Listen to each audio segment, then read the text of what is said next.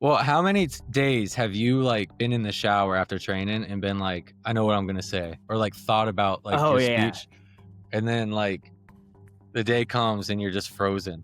It's Yeah. like I've thought about this speech since I was a freaking like blue belt. That's it. Yeah. I So I think we were in the same boat. I was also like scoping out pans. I mm, was like, in my head, I was like, there's no way they're gonna give it to me this year. There was no way. I was thinking they were gonna give me one more shot to win pans, right? I can kind of be at peace with his death. hmm Um, the brown belt was important to me because that was where he left off, right? And oh, so where he left off, I was like, I have to finish this just for him. I have to see this through. They try to drown me, I can swim upstream so profoundly. I can stay calm in a dire situation. I'm at it every day, no time for a vacation. And I smell blood in the water. Everything I do, yeah, I do it for my daughters. Now I'm gonna shut your lips. It's time for a brand new episode of what? We Talkin Jit, say what? We Talkin Jit, say what? We Talkin Jit, say what? We Talkin Jit, said it's time for a brand new episode of Talkin Jit.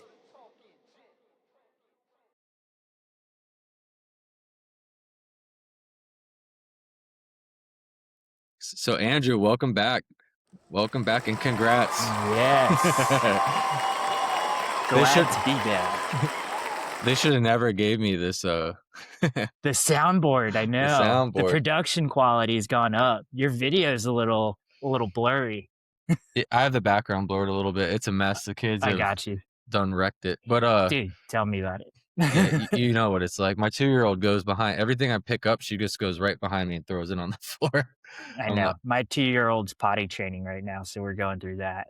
oh man, I'm right there with you, dude. My OCD is like, but um, to start this pod out, dude. Um, right into it. I want to know what a black belt is to you. Like, what is the black belt? Someone came up to you on the street, or Yeah. or some white belt asked you, what is the black belt?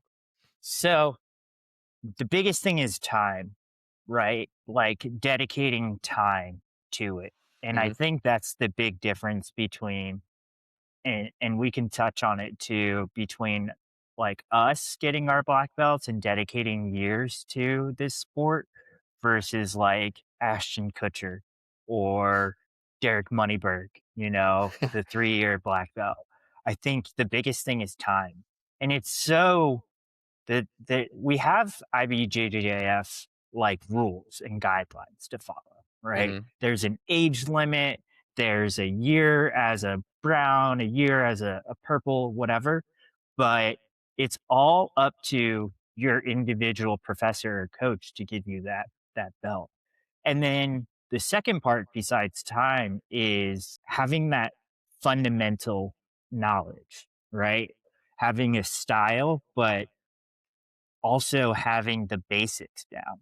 Those are the most important things about jujitsu is getting out of guard, getting to mount, passing, all of those things and those point systems that IBJJF has and mastering that.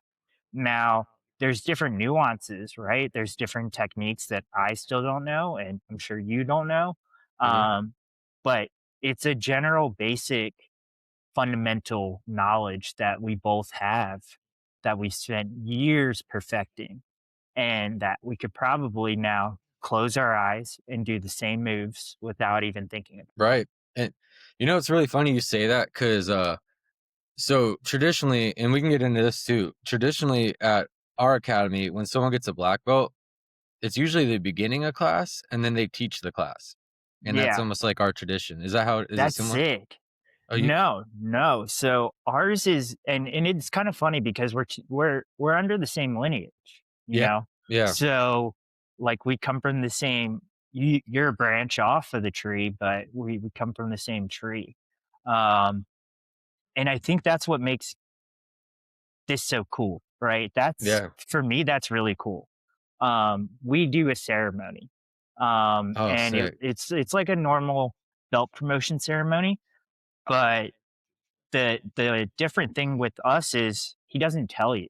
Like, so my wife wasn't there, my kids weren't there. That's funny.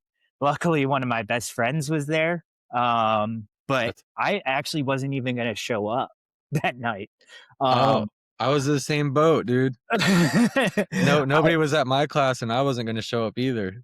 Yeah, I had just gotten back from, like, Arizona from Uh-huh. work, and I was like, you know, that whole week I got my ass kicked by Benson Henderson in Arizona, and That's then I so cool. fly back, and then, yeah, I went to the ceremony 'cause I had a couple friends that were getting, blue and purple belts, but I almost missed it. That's that's sick. So we traditionally like, and it's not like this every time, but like almost most of the time, that's what he's done. And so I, because I take a my work is right next door, so I take a long Mhm. lunch break, and I usually make it in time for rolls. So I came in to roll. I wanted to do pans this year, especially because you weren't in it. And Yeah. we've had that episode too, where we talked about how it kinda mentally messes with you, but also Yeah. it's kinda makes it awkward for us too. So, I was like, "This is my last shot. I think I have a good shot at hitting the podium. I want that on my resume." So, Yeah. I literally the past 2 weeks, like, started training harder, pushing the pace. Getting your Um, camp together. yeah, and I was actually gonna call you and get some ideas for, like, camp ideas because kind of like at our level, cross training is, I think, gonna be in my head was gonna be important. It's But so fundamental. mhm. So I like walked into class knowing a few people got their black belts that are kind of in the same like boat as me or Yeah. class of me. And I was like, first thing I went up to legs and I was like, hey man, I'm like, I decided to go to class, but I was gonna start ducking classes and start training at the Nogi Academy. I had this other brown belt lined up and some of the Yeah. wrestlers, and I'm like, I'm gonna get these guys to wear gis. So I was thinking about ducking because I smelt like there's a possibility it's coming. But I'm like, he doesn't promote people in day class. So I thought I was kind of safe, They but don't promote anybody at all. yeah, Like, yeah. first off, let's be very clear on that. Yeah. Marcio and Legs do The not promote anybody. no, you Like, if you get a piece of tape from them, that's a huge honor. a But fuck a black belt, man. a fucking compliment is hard for them. So Yeah. so like first thing I said to him when I walked into class, I'm like, "Hey, I'm doing pans this year, it's decided." And he said, "Oh, cool." I said, "Yeah, I'm gonna go take what's mine." Yeah. And he was like, "That's sick, bro. That's awesome." So then I dressed out. We did class. I was on the wall and I turned around to tie my belt before we bowed out. And I turned around, he was holding it. And I was like, I was the only four stripe brown belt in the class. There's a couple other brown belts, but I was like, oh shit. And he starts tying it on me. And I said, bro, you fucked me, man. Yeah. I'm not doing pans. And he was like, I guess you're doing pans at black belt. Yeah. Oh my gosh, And I was, man. so, but like, I thought like what was really cool was like I didn't really care for it, didn't really want it. Like I got to I got complacent where I was, but Yeah. when I saw it, I was like, "That's mine. That's pretty cool, man. Like I'll take it." and then like later as the day went on, I was like, "Andrew just got his. That's pretty sick. Like we're in like the same like timeline now. Like we're lined up." Yeah. And another buddy at my gym, and then like I called my buddy Donald and I was like, man, I'm not doing pans. And he's like, look man, the black belt is a way bigger achievement I think than getting a medal. And I was like, Yeah. I so I think we were in the same boat. I was also like scoping out pans. I mm, was like, in my head, I was like, there's no way they're gonna give it to me this year. There was no way. I was thinking they were gonna give me one more shot to win pans, right? I got second, I got third. I think they were gonna give me like this was like my in my head, they were like gonna say, hey, go at it, get one last go, and then, in June, we'll give it to you. But that exactly like you, they just completely flipped it, the script on us, man. it just hit it. They think it's funny to torture us white people, bro. That's what it is. I swear. Because And what made me excited the most is to get that first black belt picture. right? Where you're Ooh. in front of everybody else. That's like, to me, is the most important thing. It's something small, but for me, it means so much. And we have our PANS training, like where all of our team gets together. And this year it's in South Florida. Um, Ooh. and so I'm going to make the drive out there. And, just like you, I don't know if I'm going to do pans, but you bet your fucking ass I'm going down there to get that black belt picture. And of course, it'll probably be the one time where they don't do it, or they're just like, oh, just Brazilians in this picture, get out of here. That's funny. It is like the small things, man. Did he do anything special? Like in my case, like well tell me about like the ceremony, because in my case it's like you got to give a speech. I don't know if you had to give a speech. Yeah. And then like I got to hear my professor talk sincerely about me. And I was like, this is like what I've been waiting for 8 or 9 years now, is to hear Yeah. your honest opinion, not your shit talking opinion or not your critical opinion, but like you're like, I've always wondered like, what does this dude really think about me as like as a student? You know what I mean? Yeah. Because all you hear is bitching. And you're in the same boat. They coach like the same. They're like hard. You know? Yeah. They like it's we're like abused children. For You know real. what I mean? Like we keep going back when we probably shouldn't. Um and We're they known as toxic. yeah, they generally have nothing but awful shit to say to you, right? Um for me, it was, and this is why it's so important, right? And so weird, is Legs and Marcio do not give out belts, Mm-mm. let alone a black belt. Like, and so switching to his academy full time, and because I'm a nomad, I'm a weirdo where I bounce between 3 different gyms every single week. Um, and so for him to give me the black belt, he gave me and 2 other guys a black belt all at the same time, which is unheard of, right? Yeah. But the 2 other guys, Jason, which is funny, they both got their black belts and they were both well deserved as well. Um, and so all 3 of us are up there. He went through all the lower belts first, and I thought it was done. Honestly, I thought he was wrapped up, or he was going to give it to older Jason. His wife was there, so I was like, "Oh, sweet, he's gonna get it. He deserves it. I'm excited for him. I'm happy for him." And I was like, there was no animosity. I was like, I don't think it's my time to get it yet. So I'm happy that he's getting it. And then he pulled out 3 belts, Ooh. and so we're all standing up there, and one of my best friends, who from white belt all the way to today. Oh, that's Um, sick. That's so he rare. he's followed me and has been on this journey the entire time. I mean, we've spent hours in the car driving to competitions, going on flights and stuff like that.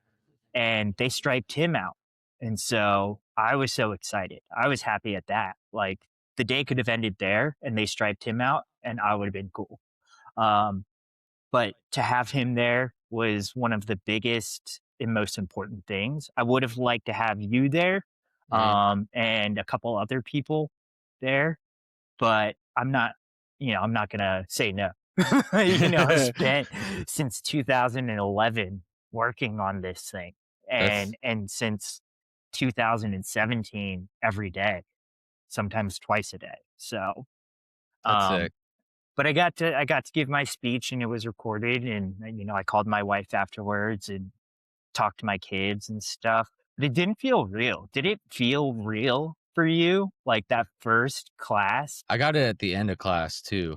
Okay. But the day went by so fast, man. Like, so I was having a shitty day at work. I mean, Yeah. work's been, effed up for me lately, and it's been really bad on my mental health as well. Like, I'm not me there, and it was like l- I didn't expect, because I'm kind of like dead inside sometimes, man, and I didn't expect it to lift me so much. Like, Yeah. I got like, when I saw like I told you, I didn't care about it, and then I'm like, "I'll get it eventually, and it's a belt, but I'm gonna keep training, nothing's really gonna change." But then when I saw it, I'm like, some part of me just kinda, like I actually had, like, that kinda awe moment, and the rest of the day just went by so fast because I man, and l most of these people are probably listening to this, and I gotta tell them, like, I really, really appreciate and really, really needed to hear how many people were like, "Congrats, well deserved," like, "You're a beast," all this stuff that you hear. I needed that. Like, Yeah. it just so that part to me, the belt still I'm getting used to. I mean, it's sitting right here. It's like, Mhm. it's still firm. Like, it's not Yeah. even broken in, but, um, I'm still getting used to that. Like, it doesn't to answer your question, I guess it doesn't really feel real, but, like, the day of going by and just having a bad day and hearing a bunch of people congratulate me and then seeing, like, Instagram pop off and, like, everyone's I'm like, "Damn," like, I felt like I achieved something, and that was kind of Yeah. a part of my speech too, was, like, how much, we sacrificed to get it. Like, when you're as serious as us, I mean, there's hobbyists, there's different like, classes, I think, of people who get their black belt, but you and I are definitely, like, live by the sword. Yeah. It So it it's like such an important part of our life, mhm, right? And for the better part, it it helps with our emotions, it helps with our mental health that we both struggle with. mhm, And without it, I think we'd probably I'd be dead. So, um, but for you to get your black belt and I get that text was so it really made me fucking happy. no, So, a I little appreciate it. backstory. So, um, when I got the text, so this week on the 11th of January, one of my old teammates, he was a Florida uh, sheriff for Hillsborough County. Mhm, And on his last shift before he was supposed to retire, he was killed. damn, And so part of me getting the black belt around this time, like this is the worst. This week alone on the 11th, it's like an alarm clock from fucking hell. Like I feel it every single year. I feel the same sadness, the same pain that one of my father figures is gone, right? mhm, And he had gotten his brown belt and it was amazing. I was so happy for him and everything was clicking, right? He was retiring and just like that, eh, some fucker killed him. murdered? And yeah, Damn, and like sorry to hear w- that. it it it's so important to have friendships like you and I have Mhm, where and in jujitsu that's where it's a different kind of friendship, right? It's like someone you would never meet in real life, but you spend so much time grinding it out and like working together to get better mhm. and you build this crazy bond. It's almost like a trauma bond, you know what I mean? And and those friendships are so pivotal. And so when you sent me that text, it turned my whole week around, right?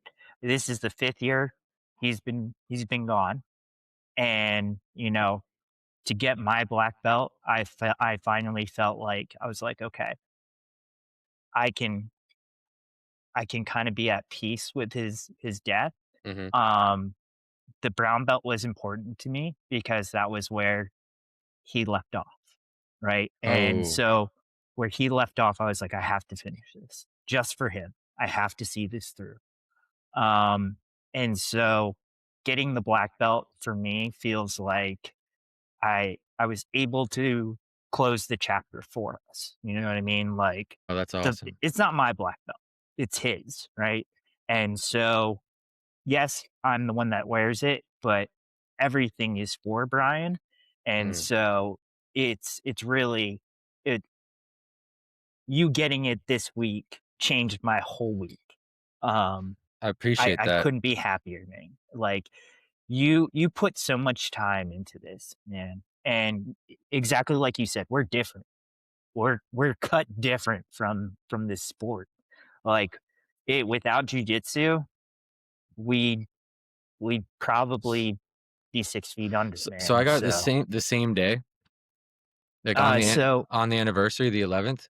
yeah, That's the day I got it.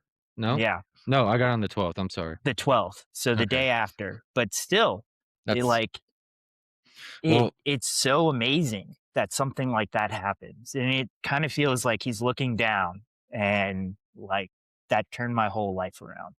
I appreciate you saying that, man, and it's awesome you felt happy, and I don't think people are happy enough for each other enough, man. Like, just in general. We're psychos because 'cause we're obsessed with this stuff, but, like, Yeah.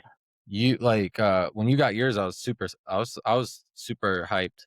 Now, like, I'm not the best well, sometimes I'm a good communicator, sometimes I'm not, you know? Sometimes, especially through text, it's hard for me to tell, like, "Alright, maybe I should just, like, let them be, because you never like, "Oh, maybe they're busy or maybe I'm bugging them."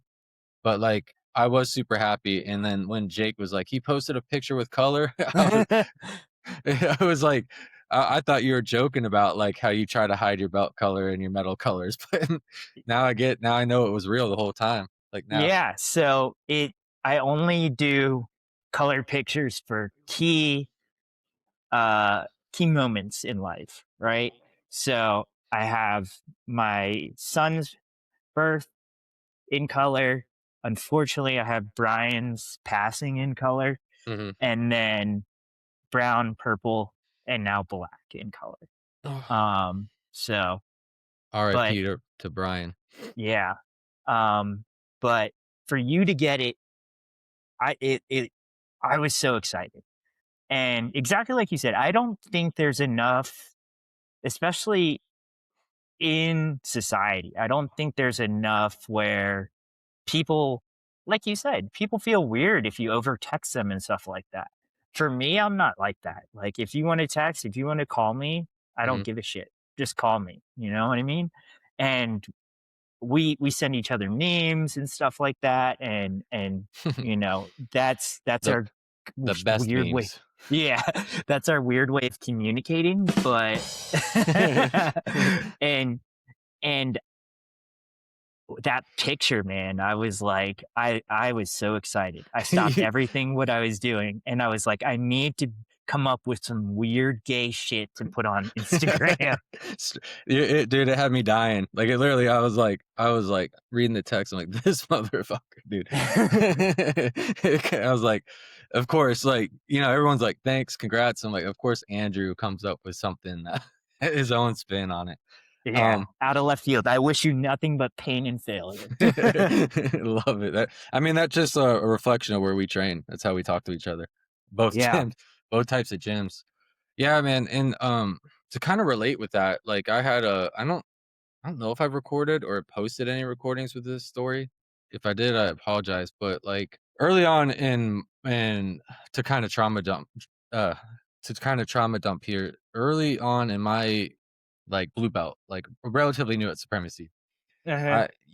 in our gym, like, you line up in rank order, and it usually starts with the highest ranks get to pick their training partners for the rounds or who they're gonna spar, whatever.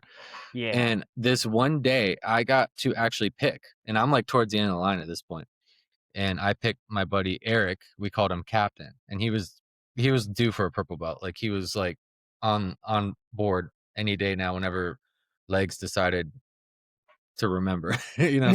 That I don't know how their logic goes Yeah. until his payment was overdue or something, I don't know. But I picked a role with this guy, and I liked Captain a lot, but he was, like, pretty big dude, was like a, what is it, not psychologist, but, like, sport I don't know, he did, like, Kinesiology. something like he helped build strong human beings, like, you know, Yeah. a sports athlete guy, but anyway, he actually has this funny YouTube video on where he's, like, just destroying Andre Galvo's, like, training regimen with his Oh personal god. trainer, and we're like, "Dude, chill." But I got to pick the role with him, man, and I'm, like, fighting his guard, and he just, like, stopped fighting and let me pass, and I landed in side control. I'm like, "You alright, man?" And he's like, yeah, I was just being stupid." I'm like, "Okay." So we start rolling again. I'm like, "You wanna start over? Like, that was a freebie." Like, and he's like, "Nah, we can keep going." I'm like, "Alright." So I start, like, he's a big dude, so I start holding down side control, and he's, like, fighting it, and then he's like, hold on a second," and then I said, "Okay," and I, like, kinda sat back, and I looked at him, and he, like, looked like he was about to cough, and he sat up a little bit and gave, like, a big cough, and then, like, I looked at him in the eyes, and his eyes just rolled in the back of his head, and he, like, dropped back to the mat and started, like, you know when someone gets put to sleep, sometimes they shake?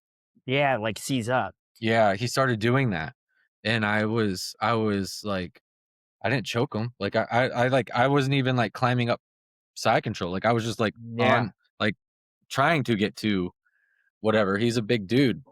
So I was, like, confused, but so I, like, lifted his legs for a second, and then I'm like, "I don't know, something ain't right." So I look over at Professor, and I'm like, "Hey, you know, captain," and then, this other guy at my gym, he was, like, an ex-army medic. He, like Yeah. shout out to him, and he was, like, darted over there and started, like, CPR and all this stuff on him, and then people in the gym panicked, nobody knew what was going on, so what happened was whoever called 911 said my friends were choking each other, and so Oh. all of a sudden, a shit ton of cops show up. So I'm sitting here concerned about my buddy, and I don't know what's going on, and I'm trying to and I felt like, kinda like you said, like how you said with your belt, like you felt like it was your job to ride that belt out and Yeah. represent. I felt like this is happening to me. It's my job to stay Look by him, after him. look Yeah. after him, like, stick it out, but when the cops showed up, they took me outside, like, out back behind the building, and they held me there for, like, 2 hours. So Jesus. I'm out there for, like, 2 hours, and they keep passing me on to, like, I'm telling you, like, 8 different cops, and every single one of them walks up with a notepad. Alright, so All you trying to get the right story and s see s if your shit changes. Yeah. they're like, "So you were choking him," and then what happened? I said, "There was no choke." Like, I was like Yeah. we were like and then I'm getting, like, 2 or 3 cents in my story, and they're passing me on. "So what happened when you're choking him?" And I'm like, "There was no choke. Like, I don't want that on any paperwork. There was no choke." Yeah. And so I'm out there getting, like, basically interrogated for 2 hours. And meanwhile, he's inside, and I have no idea of his medical status or anything. Like, I don't know if he's dead or alive or, like Yeah. I was being optimistic. Like, I'm like, "They've probably revived him by now, you know? He's gotta be Y up." And yeah. I kept poking my head in and trying to get it in the door. The other crazy coincidence was one of the guys from our gym was, like, going through all this stuff to become a cop, and that was his Wow. first night on the job, and that was one of his first calls, was to come there. Holy shit. Yeah, it was crazy, so I kept looking at him like, "Hey, man, like, help me out here, like, Can you talk to these guys and let them know, like, this let him is know." a sport?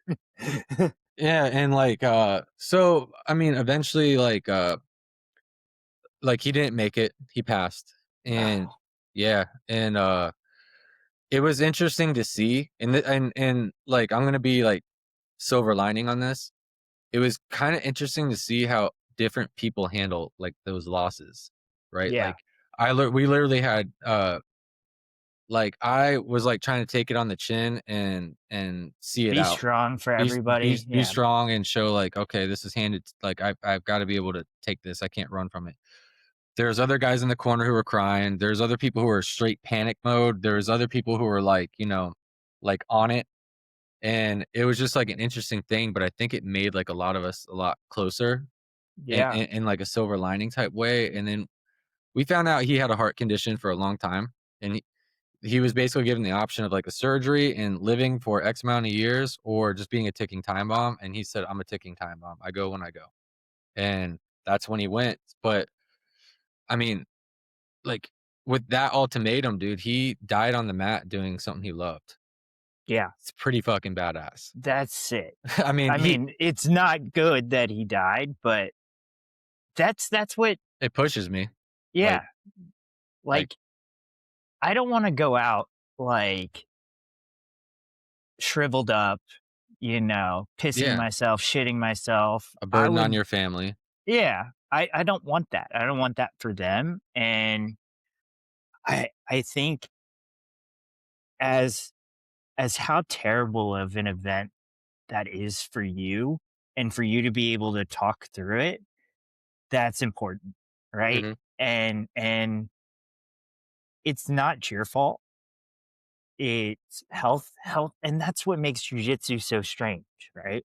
Is it's literally a 65-year-old retired guy rolling with like a 17-year-old pothead, right? And like they're the best of friends. Yeah. So I think something like that, and that's what these deaths to us are so like we it hits harder, right? Not saying that anybody that suffers loss in their life, it does they don't experience loss or pain, but for us, because we spend so much time with each other, Mhm. it literally is like the end of the world for us. Um, It's weird. but yeah, for both of us to get our black belts and to finish it out for other people, I think that's rare. And I think that's part of why neither one of us really like we didn't ask for the black belt. We didn't care when we got it. We weren't belt watchers. And there's a lot of that, right? In Yeah. jiu-jitsu, there's a lot of belt watchers. Like, oh, I tapped you in bad positioning. I should be a better belt. Like it's all based off of some guy from a different country. Yeah. Like, It so yeah, it I just actually just posted a video on that where that black belt punched the purple belt for tapping him. oh Did you see it? no. Oh, man. It's, go check that out, guys. But, yeah, it there was the story is the black belt's side of it was, "Oh, he neck cranked me. That's fucked up. You're being" yeah, kinda my reaction. But the purple belt was on him in mount. It looked like an arm triangle or like a yeah, like a head and arm triangle, whatever. It's hard to see, but then they're done and they, like, reset, and it looks like the purple belt's, like, kinda, like, back on his knees, like, getting reset, and the guy just gets up and starts swinging on him, Mm. and then coincidentally ends up in a triangle. But I he think probably we've all been there though. Like we've all been in the black belt shoes where we've had a shitty day, we've had a shitty week, something's Mhm. wrong, we're feeling upset, we're hungry, we're trying to make weight, and you pop off. Oh, yeah. But I think having and that's the difference is having that control and understanding and not having an ego. Like I don't care. If somebody taps me, I could give 2 shits. Like, most of the time, I'm probably rolling, like, 40%. There's only very few people that, like, I will literally try and kill. Mhm. And that's how we roll, is, like, we literally try and kill each other every single time. And part of me is like, those are the best rounds, but the other part of me is like, no, if I rolled like that every single time, I'd be like held together with glue and tape. So, Yeah, it's um, you're not kidding. do you feel like I think there's a weirdness with that too. Is do you care if a lower belt taps you? I go back and forth on that. I think that's ego, Yeah, and I'm really interested in the craft and having a big toolbox. So yeah, there's like times where I'm rolling with like lower belts, upper belts. Like there's some brown belts in the gym that like if I turn it on, I know I got them. Like um, but there's also some brown belts at the gym that like keep me honest if I'm fucking around. And yeah, so like sometimes I'm training like a new system or a new idea or like I'm exploring or like I was just talking about this with my buddy Donald who owns the Smart Jits that you and I should go to one time. yeah, Um like he's got a guy there, just got his brown belt. He got promoted during that Barata seminar and that guy's pretty tough and I like rolling with him. He's a good training partner. He is always trying to kill. He's always there's not like a I was just talking about this too. There's not like a role with him where he's not trying to close out. And I yeah, I told my buddy the other day, I'm like, "All right." He comes from Crystal River to drop his son off at BB to train wrestling, and then he, like, stays for the jiu-jitsu class that Donald teaches. And so sometimes, like, I'm dead tired after training at Supremacy on Wednesdays, but, um, my girl, she trains at Smart Jits with Donald's wife, so I'll go in there and train again. Yeah. And man, there's like some days with that guy that I was just struggling with this same situation with him, and I was telling Donald, I'm like, there's like times for whatever reason that my ego gets involved because there's like days that I go in there and I'm like, I have to show him I'm better. Like that's what my head is Yeah. saying. Like I got to show him I'm better. But there's one day just recently where I went in there and I'm like, all right, I'm not gonna let him win. I'm gonna show him that like I can keep control of you. And I did that like 4 times in a row for situationals. Yeah. And then I went back to me being curious and exploring, like, I wonder if in this position I can like turn this way and not fight the legs right away. I wonder if I can fight grip so he doesn't threaten my neck. Mhm. And he got me. And I'm like, okay, well, I need to prioritize legs in this position, like escaping, like basically like a turtle, but where they're sitting on your back hip, not Yeah. necessarily like on the side, but like they pick like a hip to kind of twister you and Like right before you're about to Granby. Yeah, pretty much. Like it shuts down a lot of that. Mhm. So like obviously you and I are gonna want to lift the hips off the floor so we can get underneath the legs and they don't have like a base. Yeah. But every time I did that, he was kind of going all in on my neck and like the harness. So I was like, I wonder if I fight these grips first, if I can still get it. And he got me. And I was like, all right, he got me. And then all of a sudden he started getting happy. Like his whole his His whole demeanor just changed. completely like he went from being like fucking stone cold to like celebrating and being all nice and shit. And so my ego that whole class was like this. And Mm. my groin's been pulled too. So like there's times where it just like starts hurting, like there's a knife in my freaking junk. And like it was funny because like that guy kept score. Like halfway through class, he's like, "It's about time. What do you say? He's like, you're at like my 4-2 or 6-3 or something like that, or 6-2." Oh, And I was no. like, "This guy's a psychopath. I like him." Like because, because to me, like it's like I was telling my buddy, I'm like, it's all ego. Like he's a good training partner, and he's dangerous. Like he can get me. I'm not like it's not like he doesn't have a shot. But I'm sitting here, like, not training my best, I think, because I'm too worried about proving something to him that Yeah. he probably doesn't even care about. Yeah. And I think that's part of we all have that one person in class we can't beat. Like besides like professor, right? Mhm. We all have that one person that just knows our game so well. And no matter what, we always end up in a terrible position. Right. And where I found it is there's a purple belt at my gym that I go to when I'm at the beach. And I was there when he was white belt and now he's a purple belt. He fights at adult. He's a younger kid. And I taught him this really sneaky like triangle. And I was like, I told him the same thing that my very first professor said. Get really good at one thing. And he did. He got really good at triangles. But this fucker can triangle you from the fucking parking lot, like out of nowhere.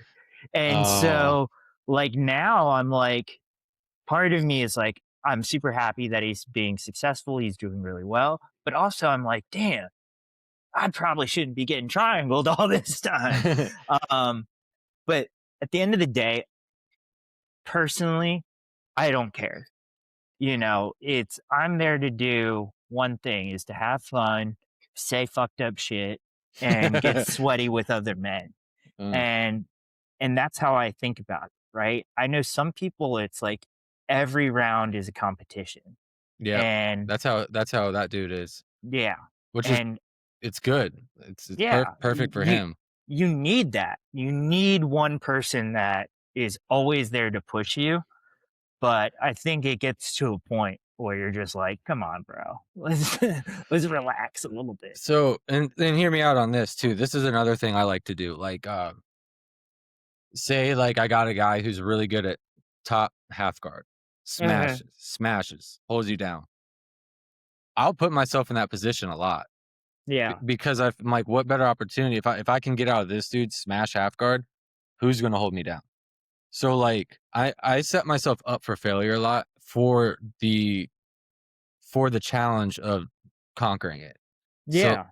and so like someone's a good wrestler, it's like, all right, time to learn some good wrestling. You know what I Time to mean? stand up for once. Yeah. Well, I mean, I tend to stand up for the better or for worse. But I mean, sometimes I get got, freaking Robbie, but you know, When your back's turned. he'll always be rent free in my head. That freaking jerk. I like still get heckled about that to this day, and I knew it the moment it happened. I'm like, oh, this ain't going nowhere. I think that's how you know that we come from like the same lineage. Is I think the hardest people, if you can make it in one of our gyms, you can make it literally anywhere, right? It's you're gonna get made fun of. People are gonna clip farm you, and then they're just gonna make fun of you for fucking years. They do that at your gym too? Oh yeah, Put your yeah. face on freaking stupid memes and stuff. Oh, dude. I mean, We're the like other day in our toxic team, bullies. yeah, the other day in our team chat, one of our older black belts, he's a Masters World Champion. He was number one. Like he's gotten the plaque at Worlds and all that shit. It was like a random open, and I think it was Dom from Atos. Uh, put a clip of him getting beat, and so the whole chat just blew it up. And so, like, You can't show any weakness, dude. no. It's literally like it's almost hazing at this point where someone we had a purple belt who lost to a guy with one leg, and he has not lived that down, and that was 3 years ago. And we still make fun of him. Yeah, it's like Eric beating the guy from our gym, Blind Eric. Yeah. Where like you got beat by, or you won to a blind guy. Like, You oh, he's beat a got blind guy. like Awesome work. he'll point at his medals, and we're like, yeah, but one of them's from a blind guy. But literally, they know that Eric's a freaking beast too. But I was really impressed by Eric. I like that guy a lot. Yeah, no, and his wife is like a professional CrossFitter or Mhm. something like that. There's this it's almost like CrossFit has expanded. There were the CrossFit games for a while, Mhm. but now this is like this new thing. It's re- still the same thing, right? Where they're just lifting shit and they're running with weighted vests and stuff like that. But I saw it on ESPN and I was like, this is terrible. Like, you could not pay me enough to do that shit. Yeah, I don't know why. It just doesn't like. I should be into it, but I'm just not. Like, Did you ever try it? mm-mm. I had one of my friends was the strength and conditioning coach for Baylor football team. So that's Wow. how I got in with some of the NFL guys to paint their cleats. Mhm. And Jake, he's a big human being, and he's all about creating stronger human beings. And I went when Tano, who plays on the Bears now, defensive end, when he was here in Florida scouting to go to from the Chiefs to like I think he ended up on the Saints.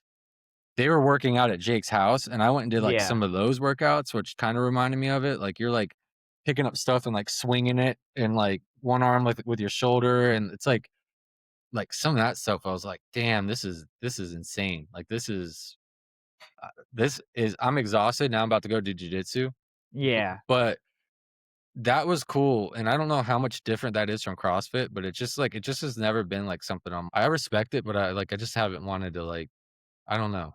I've had so many friends that like it was the late 2010s, like almost 2020 that CrossFit got really, really big, right? It came out of nowhere. And it missed me entirely. I was like, there's no way you could get me out of bed to fucking do pull-ups and that weird like Oh yeah, pull-up thing and like or throw medicine balls up and down a certain distance. Um, but I respect it. I think, if it's the same thing, they probably think we're weird yeah. that that we touch dudes and roll around in swimsuits. So I think there's a sport for everybody, and if that's your thing, it's cool. Um, but for me, it just looks painful. It looks so brutal. Yeah, Like I wonder, like, if it's worse on your body than ours is. I don't it know, has to be. Like there's no way. I because mean, you're always, like, maxed out. It almost looks like you're always, like, maxed out. But I don't know, maybe it's not much different than us, because us being, like 165ers, we're probably always maxed out too. Like, Yeah. get the hell off me. So I don't know. What Yeah. um what did you say for your speech? Um, you know, just the general stuff, right? Jujitsu saved my life, yada yada yada. And then I thanked exactly. I thanked my wife and my kids and talked about my boy Mendez who was there. Um, Nice. but it I wanted it over with, I don't like the attention like that. It was weird. What about you? What did you cover? Well, how many days have you like been in the shower after training and been like, I know what I'm gonna say, or like thought about like Oh your yeah. speech, and then like the day comes and you're just frozen.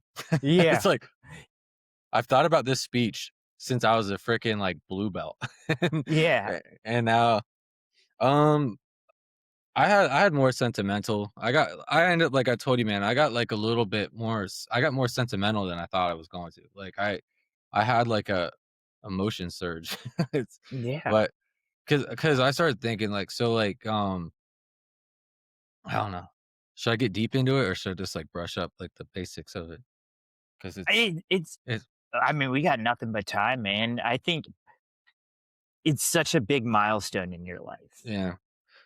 For those who missed it or those who are interested, I'll kind of give like a summed up version. So basically, I thanked everybody there, and I was like, I this is all your guys's work. Like it Mhm. takes two to tango. Every one of you in your own way has gotten me better. I said, I can learn from white belts. I can learn from blue belts. I'm not afraid to ask a purple belt how you did that or like what's your because I think what makes us good is that we can take a move and make it our own. Like Mm. when you came up and before I get into all the speech, when you came up and you taught during that my class, Yeah. I have like two or three people still doing that stuff. And that was a while ago, but the time from you showed it your way till now, they all do it their own ways. I think Yeah. it's super sick. Like my buddy John, I was yelling at him for having shitty posture in someone's guard. Like, what that's I'm like, fix your freaking posture, John. I'm tired of telling you. Then I realized he was trying to do like take the arm and behind the and I was like, Oh, oh, the handcuff. you're Yeah. you're doing the Andrew stuff, man. Like I'm like, and it's kind of funny because I feel like you yin and I yang. Like Yeah. our styles are like it's opposite but complementary at the same time. That's why like I really want to like cross train with you a lot because I think like we'll help each other a lot, like Goku and Vegeta, man. But Yeah.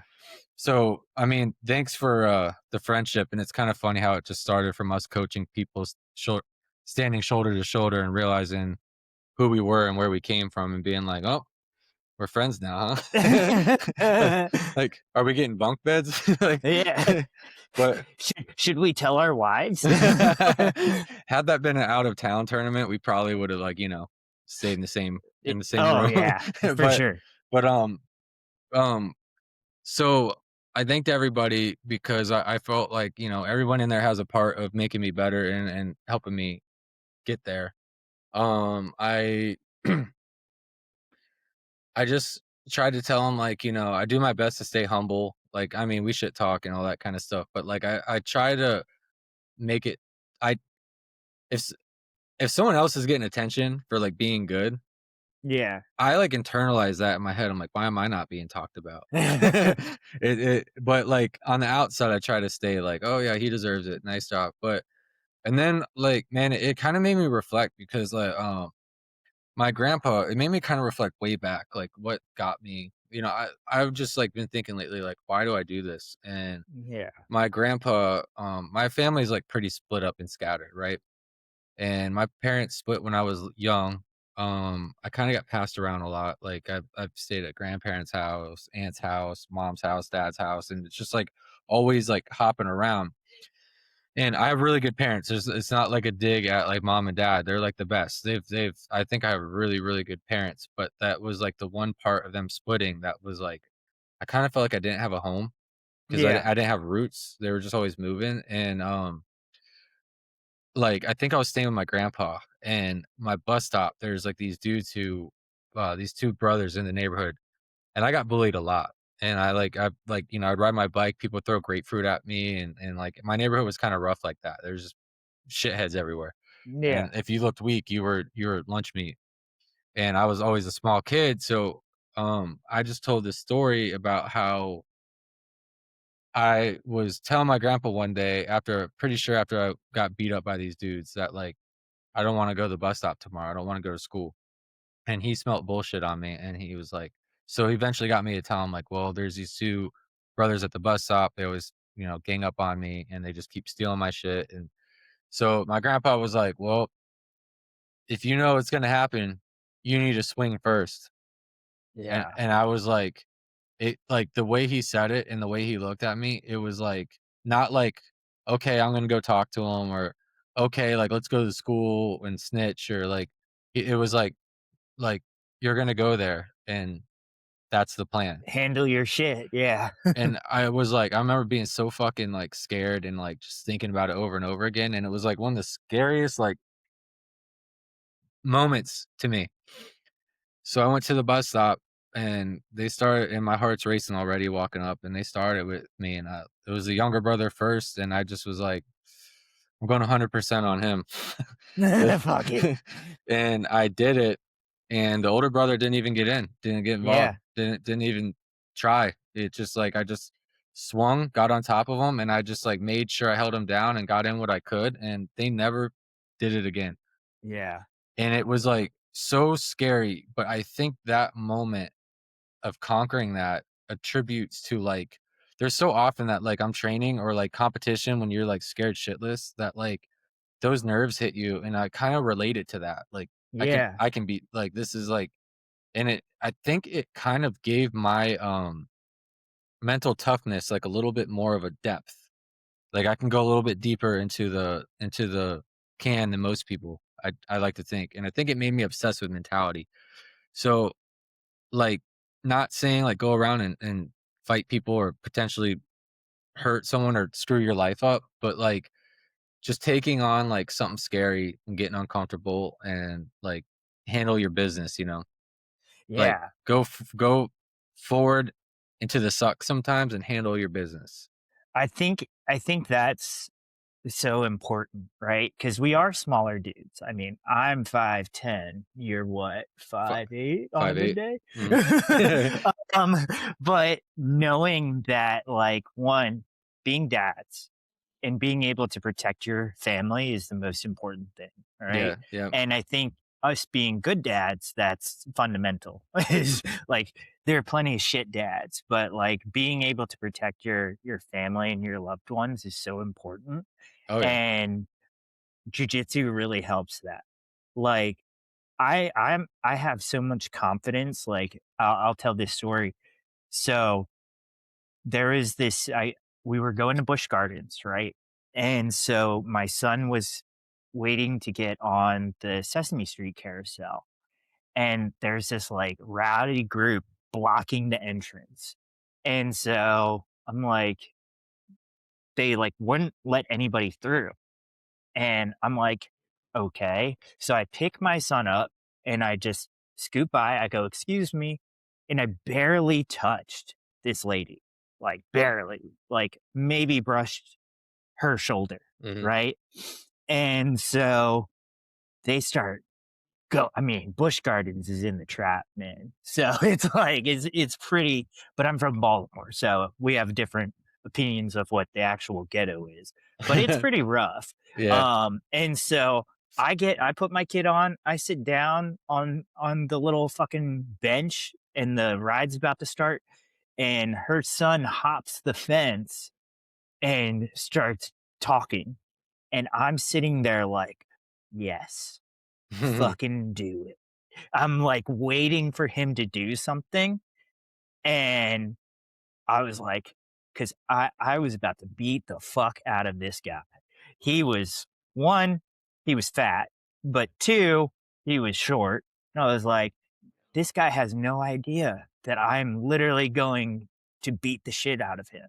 And so that's why I think jujitsu is so important is yes, fights start from standing, but a lot of times they're so chaotic and a lot of shit goes on that you need to have some sort of defense element for if you fall backwards and trip and someone gets on top of you. I mean, Can you get out of that?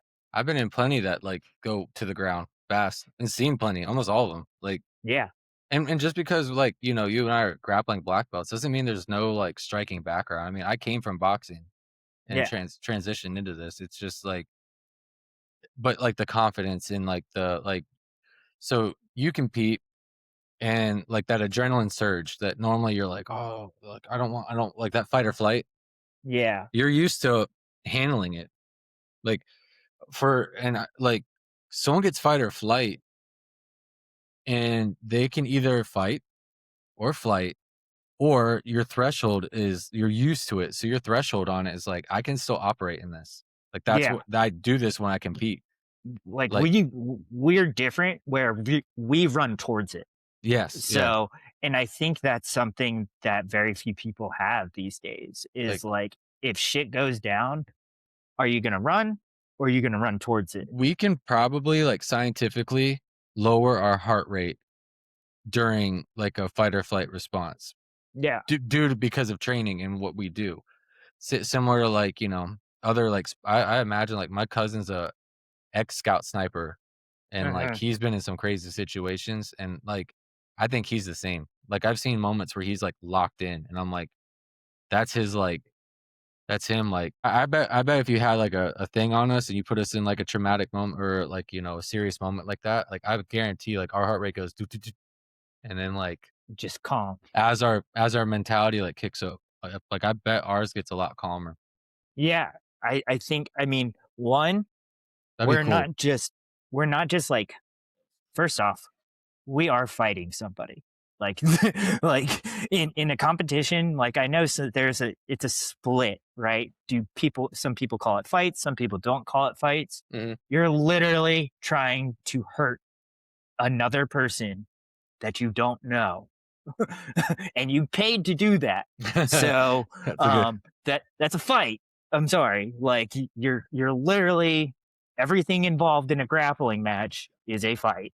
So um yeah, and I you could, be in a lot of pain really quick. yeah, I mean, I've broken dudes' arms.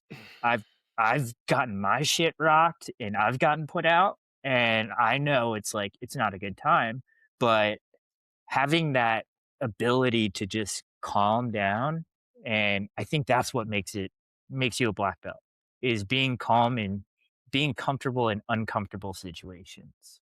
Did yeah, did Petapano, like, did he have good words for you?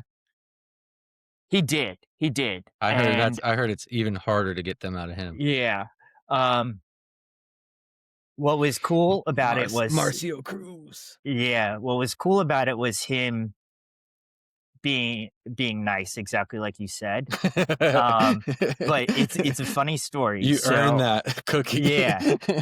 So my professor in Port Orange is about 3 hours away, right? Mm, And so they're talking about it, and he was like, "I want you to be here, obviously, because they're really good friends, their team." He's like, "I want you to be here for when he gets his black belt." Now, because it was like the holidays, like he had a Christmas party and he couldn't come out, and like he had people in town, so um, Marcio calls him and he's like, "Hey, I'm thinking about giving him his black belt. Can you make it?" And he goes, "I can't make it, but give him the black belt." And wow. Marcio's like, "Uh, I'll wait." And he goes, "No, no, no, no, give him the black belt." What is it with these guys? Are they, like, not excited? And so luckily he did give it to me. But there was like, I'm pretty sure it was because I showed up that he gave it to me. Because otherwise, I think he wanted to wait for he just to be there and also tie the belt on me. And I think that's what's so cool about your black belt is you went all the way through at the same gym, right? Well, in my MMA career, I was like that's, like, where I started, but that I have trouble with that because, like, that was back I took a 6-year break. Yeah. And when I was doing MMA, like, there wasn't really, like, spider guard and daily hivas and single leg X's, and it was like the basics, dude, Dan Henderson? It Yeah. was like Dan Henderson jiu-jitsu, like, it was like Yeah. Okay. yeah, it was like, passing the guard was super basic, everything was just very, very basic, and then when our team broke up and, like, it was just that whole drama thing happened, it turned into, like, I went to Gracie Clearwater under, what's his face? Why can't I think of him? Why the hell can't I think of Eduardo? Not Matt Arroyo. No, Eduardo de Lima, Oh, okay. and, like, I was under him for 6 months, and he gave me the blue belt, and then within, like, 3 or 4 months, I quit, and I went through, like, we'll call it, like, the party, Yeah. crazy, thank God I'm alive era, you know? And then that's actually jujitsu is actually what got me back on track, and, I went and I was living a crazy lifestyle that, is gonna stay that in that box, but, like, once once Donald, came back, which was, like, my best friend, he's like he him and I like, he was a wrestler, I was a boxer in high school. We had all these Mhm. arguments. When he graduated a year after me, we were like, "What are we gonna do now?" It's like, "Let's go find an MMA gym." And we just did it that day, and then it stuck. So we started together. He went off to Coast Guard. I kinda, like, lost my way a little bit, Mhm.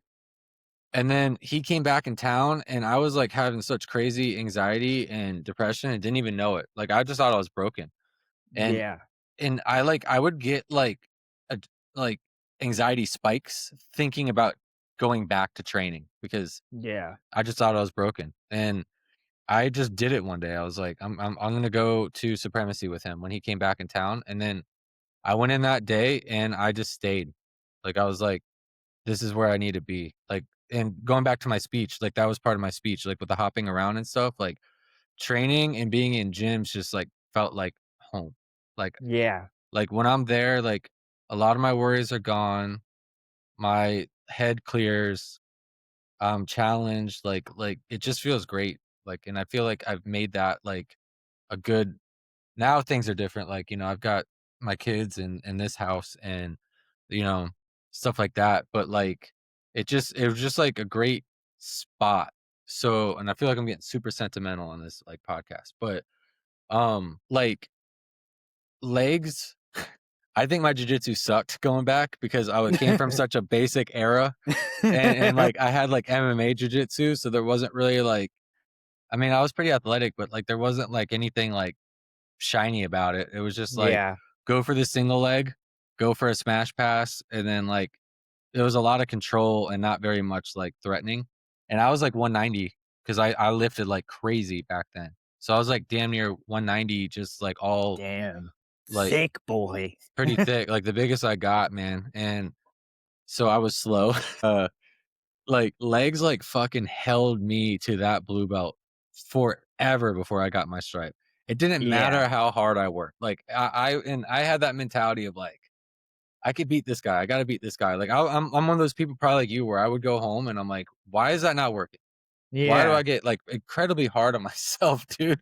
And, he, so, like, with legs, I've probably been there, like, 8 or 9 years.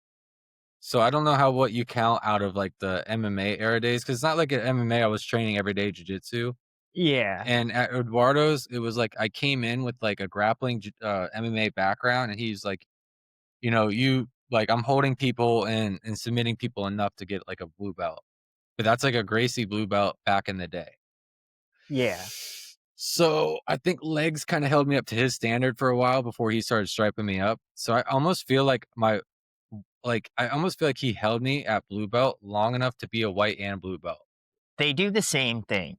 And I think it's because, like I said, and I go back to it, they're the same lineage, right? Mhm. Like, there was a guy at our gym that came in and he was like a four stripe brown belt. And it was like 4 years Damn. before he got his black belt. Like, Oof. you basically start over. That And so that waiting room must have sucked. yeah. So and that's why I said they don't give out belts, man. It's not an easy thing. There's gyms in Florida that you can pay and they will give you your belt. I won't say their names, but there are gyms like that. I Um, appreciate that too. I'd way rather like that was one of my worries was like I'm gonna get my black belt and everyone's like, oh, like I would rather have the like, oh, finally yeah. or well deserved rather than like the he's a black belt now. Yeah. I won't name any names, but like I feel like I've seen some like where it's like, okay, like Yeah. that's what the belt I is nowadays. Like I well, that's what makes it so weird. Okay, so what do you and I don't want us to get sued, but we know who we're talking about, who got his black belt in 3 years. Everybody knows, and he has a history of suing people. he does. Um, oh, that's, like, where he got most of his money.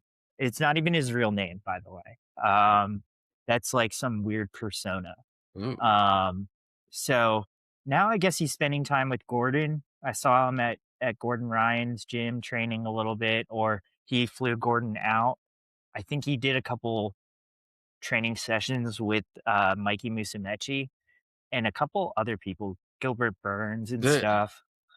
this is a problem. Yeah, It's a big problem because you've got some of the biggest names in the sport watering it down. yeah, And it's that fucking mentality of like, well, I'm a top dog. I don't give a fuck about you guys.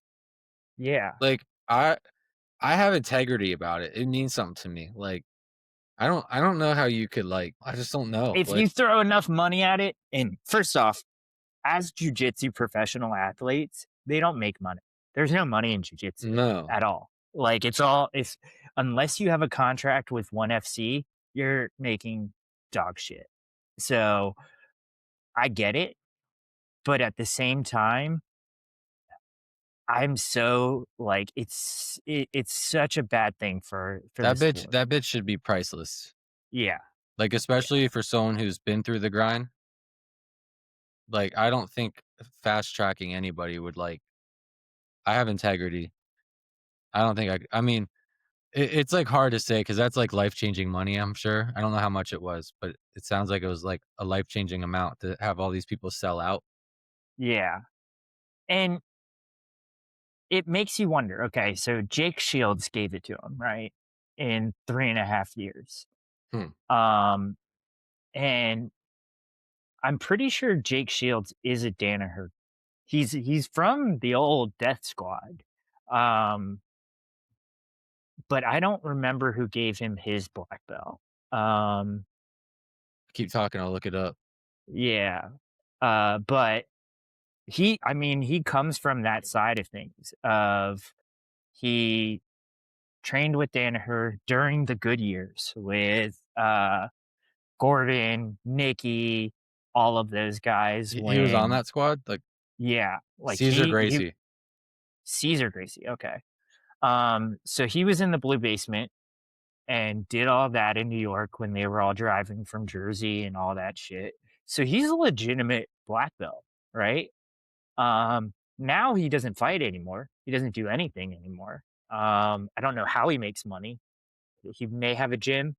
Um, but for all of those guys to come in, wear that rash guard and take that check to support this scammer, because that's what he does. He's a scam artist.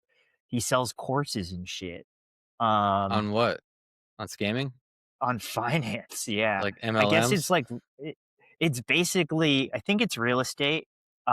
Somebody on Reddit did buy his course and it is like 5 grand, right? And it's a Discord. That's it. You get a course in a Discord. Um, but it's so detrimental to everything that you and I work for. Yeah.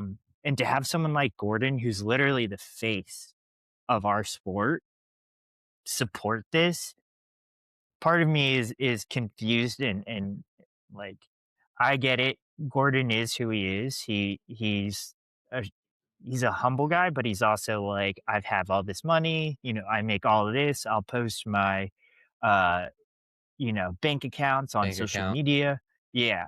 Um, but for him to be the face of the sport, and then on top of that, give back this dude when we've seen his rolling footage wearing his fucking socks. Like, come on, dude. How do you feel about, like, that and, like, people like Ashton Kutcher? Because I think I saw his rolling footage and I was like, "That's a brown belt?" Yeah. So Ashton Kutcher, Or people uh, rolling with Zuckerberg. yeah. Well, Zuckerberg actually went to like a Copa or like a Naga or something and actually competed. I just posted a So video breaking down that match.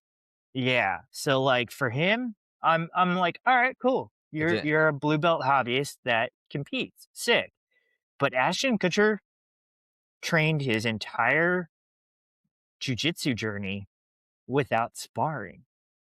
Like What? that's You the didn't even most roll? no, no. Oh my That's the goodness. most ass backwards. What is going on? Yeah. What are we doing here? Like, even if it is private instructional, I'm okay with that. That's cool. Go ahead. If you have the money, do it. But you only know how good you are unless you roll. And then there's a different level after that at competition. And Yeah. even at competition, there are levels of competition. Oh, yeah. Like, if you brag about your little, one medal from Copa that, you probably were 190 and they moved you down into the 145-pound division. And that's a completely difference than, uh, a world championship from IBJJF. That's what they keep doing to me at, like, Jiu-Jitsu World League. I keep wanting to do that one, and, like, twice now they've tried to put me with, like, 195ers. Yeah. I'm like, "That's I a." mean, they run a good competition. It looks I will awesome. say. It looks I awesome. like yeah, they give you the rash guard, which I appreciate. They have a coach's corner too, where you can get like coffee and water and stuff. I appreciate Ooh, that. But um I still think there's only one IBJJF, right? The the hierarchy is IBJJF and 80cc, ADCC, and then CJI all of too. yeah, CJI is up there, and then, the UAE stuff.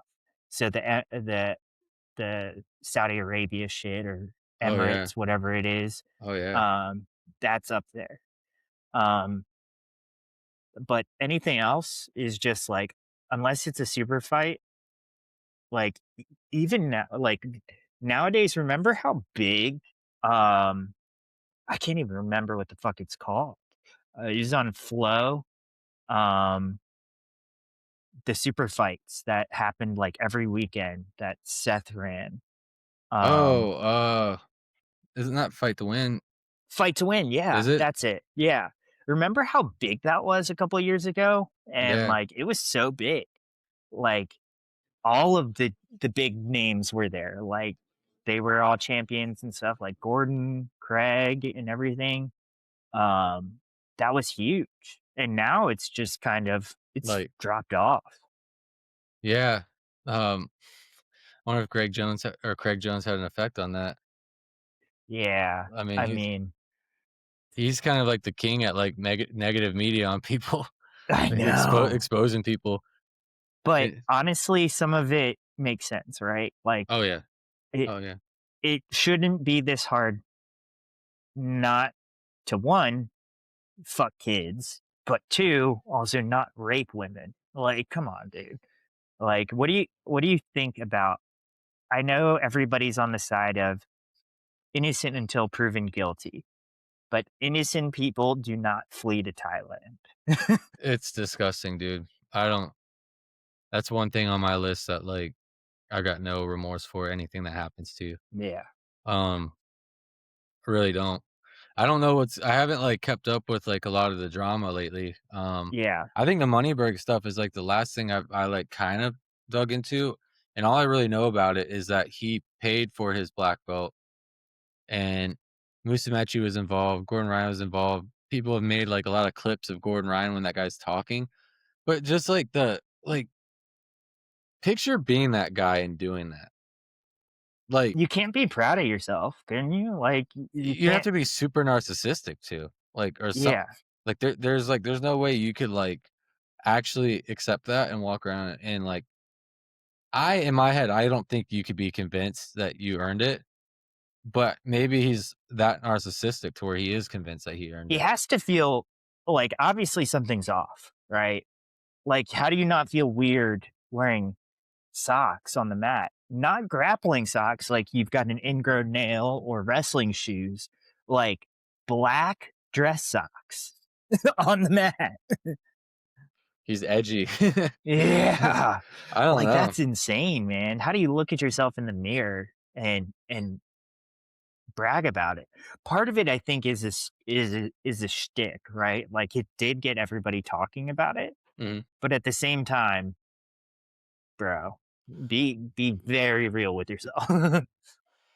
Alright, so this is gonna roll us into our fake black belt our fake black belt section of the podcast. Yeah. Drum roll, please.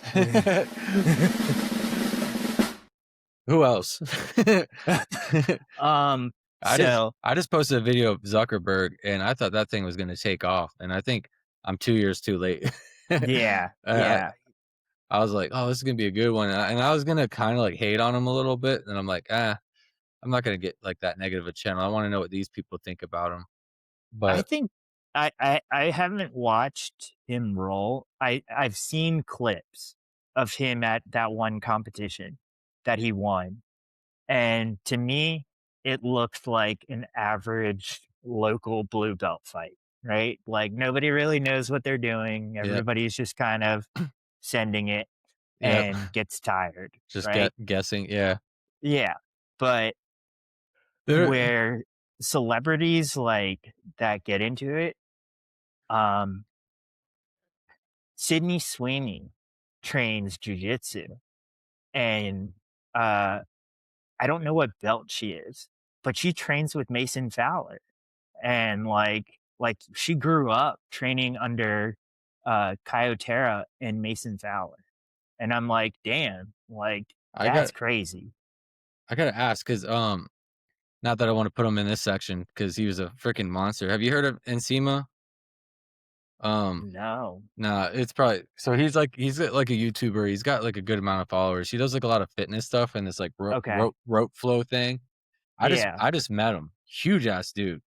If I had a Jamie, he'd be up on the screen right now doing some of his workouts. yeah, Super cool dude. Like, I got his number and stuff. He's a really dope dude, and it's so funny because he trains at Kyotera and with Mason Fowler, and he's like yeah, this 260-pound, like, tank of a dude, and he's won worlds, I think, twice as a brown belt, and, he was a like, God, that was just a whole I rolled with him twice, and that was a whole 'nother challenge for me. That was, like, not your average roll. I had to, like, really, be methodical there.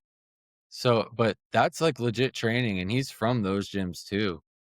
yeah, It's and I mean, those guys are all fucking killers from Kyotera and oh, yeah.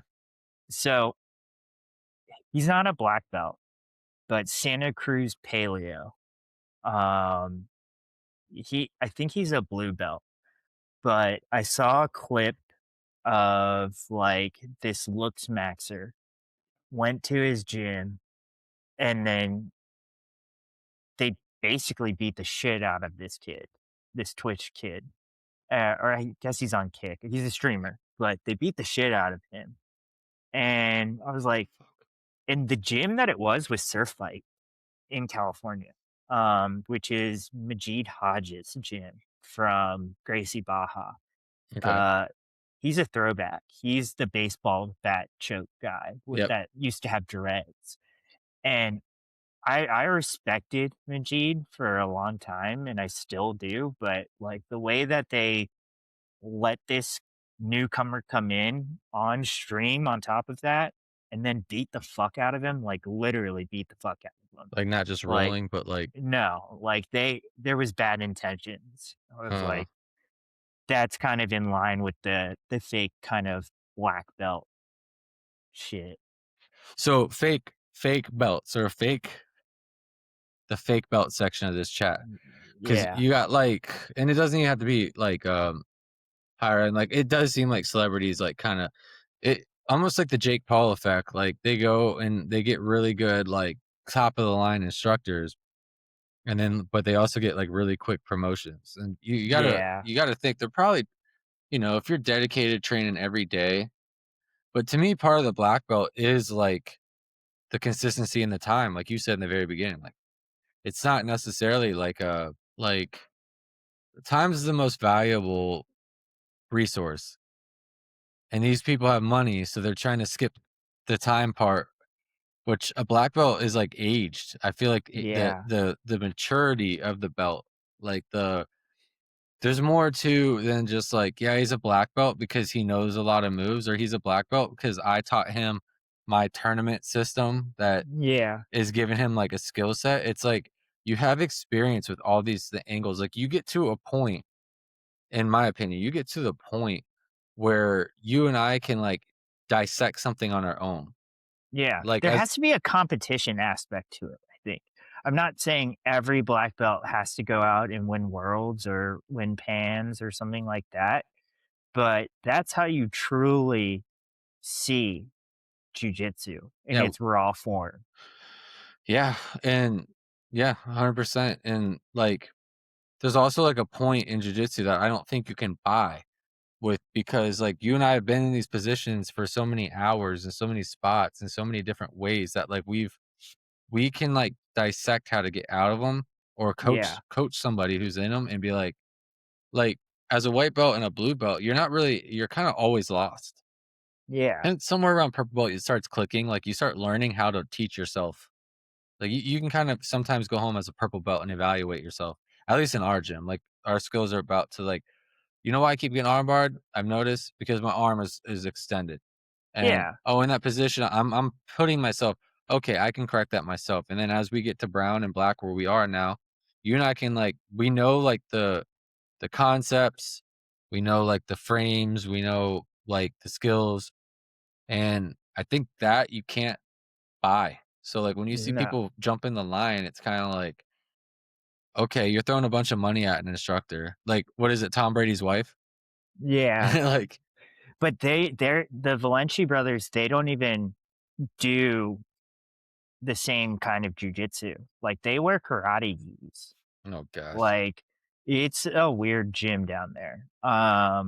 And not to say that they aren't good at jujitsu. I don't know. I think they've won something. Um, but they to go even as far as to wear the blue belt, like Helio, is crazy to me. Like, Helio did that because he hit black belt, he hit coral, he hit red, and he's like, okay, back to blue. So that means something. But for them to just walk around with it and like also fuck Tom Brady's wife, um, that's that's a little crazy. Um, that So whole system down there is weird, man. so It's explain not. explain that to me. Like, you said go to red belt. Yeah. So I don't know about there's this. yeah, there's this like historical side of the Gracie family, right? Where Helio, I think is the oldest, right? I'm pretty sure that's the one that learned from the Japanese. Um, but after he got to black belt and did all of that, he started wearing a different shade of blue instead of a black belt. Hmm. And it has something to do with because you're always learning and stuff like that. There was some sentimental shit that went with it. But down in South Florida, where the Valenci brothers are, they wear a blue belt like Helio instead of a black belt. And for me, that's kind of like that's a big ego thing. Um, to to one skip choral and all of that shit. Like my professor is literally like he just had his sixth stripe ceremony Mhm. a couple months ago. He's on the verge of being a choral belt. And there's a lot of politics that go into that.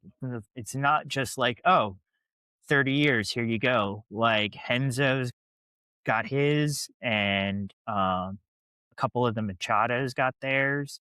Like that's such a big deal. Damn. To hit Coral Belt, there's not very many alive. And I think there's only a few red belts that are still alive. Um, but and they're old, man. They're like ancient, like 90 years old at red belt. Um, so they also don't wear a traditional jujitsu gi. They wear the old school karate gi, like Helio did, where it's like cut off right at the sleeves. So it's like three quarters and it's super light. Because I used to go down to Miami all the time to train at Gordo's gym, who is a coral belt. um, and he just got his last year. So I looked at going there because they have this like it's a really ritzy gym. Like they have a rooftop mat and everything. It's like 3 stories. I think it VIP. used to be in yeah, it used to be like it's very Miami. It Yeah. used to be a Costco or something like that. Oh wow. Um, but yeah, they're just different, man, and it's Brazilian jiu-jitsu because they are Brazilian, but it's something completely different. Like, it's all self-defense shit, like those Gracie combatives. Okay. Let's let's brush up on the Gracie Academy or the Gracie Online. Oh my god. What Can you get a like, black belt on there? Or does it only I go up to blue? no, you can. You can. So they have the way that the way that they operate, and I will say, first off, they are the family, right? Like, everything comes from them, so they get all the credit. But I've rolled with their online blue belts and purple belts. They are not that. Like, you're on Zoom getting a blue belt and a purple belt.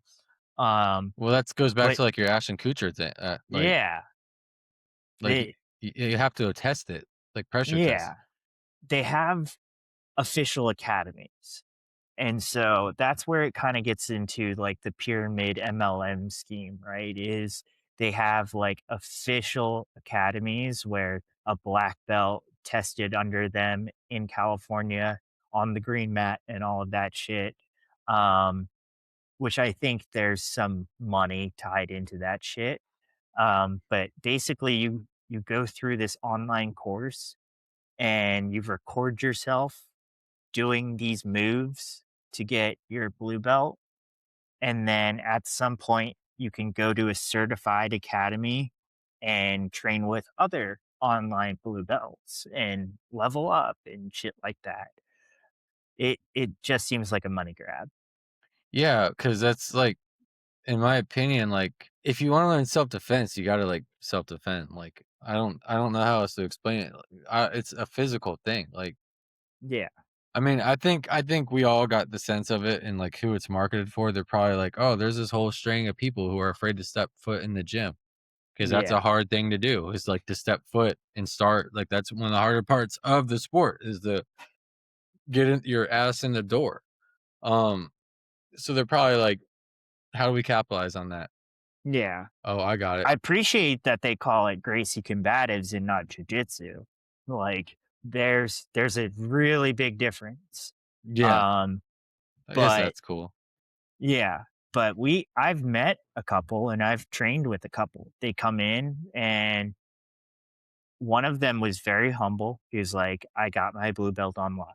And I was like, okay, cool. And he took it off. Like, I was like, damn, you technically earned it, so you can wear it. But he took it off, went straight back to white. And he even said it himself. He's like, I don't know enough to wear this. And he self demoted himself. Um, Not to say that there aren't any Gracie academies out there that are qualified. I don't know. Um, but in my experience, it's a different level. Just in case there's someone listening who is in that boat and considering that boat, I just wanna say that, like, you should be able to find a gym that can put you with the right level people to Yeah. learn the right way. Like, you should be able, like in our gym, like, we've got and I'm sure you guys are, like, the same, you got advanced classes and there's Fundamental classes. Yeah. fundamental or beginner, and we have that program at our gym for those people where it's like, I kinda wanna You're get not in. going to get killed by black belts and purple Yeah. belts and stuff like that. It's like you're literally there to learn the basics and be safe. Yes, 100%, and, like, you're not gonna, and it's also good for the gym because then you don't get, like, the people who don't show up after the first week because they just got Yeah. mauled, but Yeah. like, you should if that is somehow a boat you are considering, which I don't feel like there's that many people, but just in case, to make the point, like, they should be able to find a gym where they could walk into and have that conversation and be like, "Look, I'm kinda timid, Yeah. I don't like being touched. I'm claustrophobic, like, and you should have a coach that's able to be like, all right, well, I'll put you with the kids. No, I'm just kidding. Yeah. But I'll put you with the right people, or I'll make sure you roll with the right people. I think that's part of being a coach is like being able to a degree, look at people's needs and like accommodate, you know? I'm not talking down on it. I It's kind of am. something. I I mean, don't, from my perspective, I, I there's always something for everyone, right? And that's what makes jujitsu cool. Is it is for everybody. Everybody can do it. Everyone could get good at it, right? Mhm. Um, but to your point, there is enough gyms out there that are legitimate and will not kill you and not, and you'll get it the honest way is what I'll say. You'll get your belts in training. If self-defense is your thing and you want to do that, do the karate thing, the McDojo, go for it. Have fun. It's your money. You can make that decision on your own. But I don't think it's the same tier. Like a blue belt from my and or your academy is going to look at an online Gracie Jiu-Jitsu blue belt and kill them, like wipe the floor with them. So if you're okay with that and spending money on that, more we're power to you. we're just not nice. Yeah, I'm trying to look, I, like, posted earlier to see if there's anyone who had, any black belt questions just to make sure I've covered here. I don't wanna be a fraud. Hold on one but sec. It doesn't going show back me to the it, the Isaac Michelle rape case. So, like, Interpol has to patch the Thailand escape, right? Like, why are they not getting sent back to their respective countries and being criminally charged for this shit? In I think it was like 2000 or late 2010s.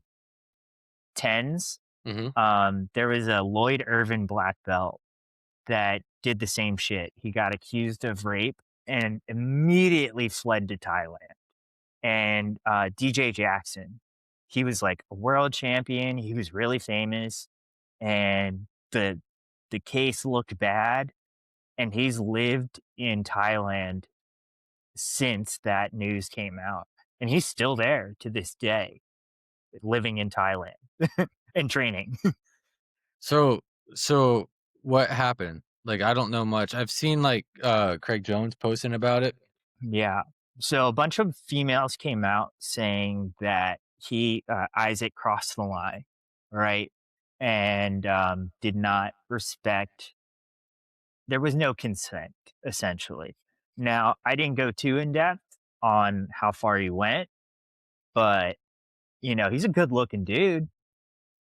Part of me is like, yeah, these chicks aren't the best looking. And like one of them wasn't even a jujitsu athlete. She was just a random broad Hmm. that Craig posted.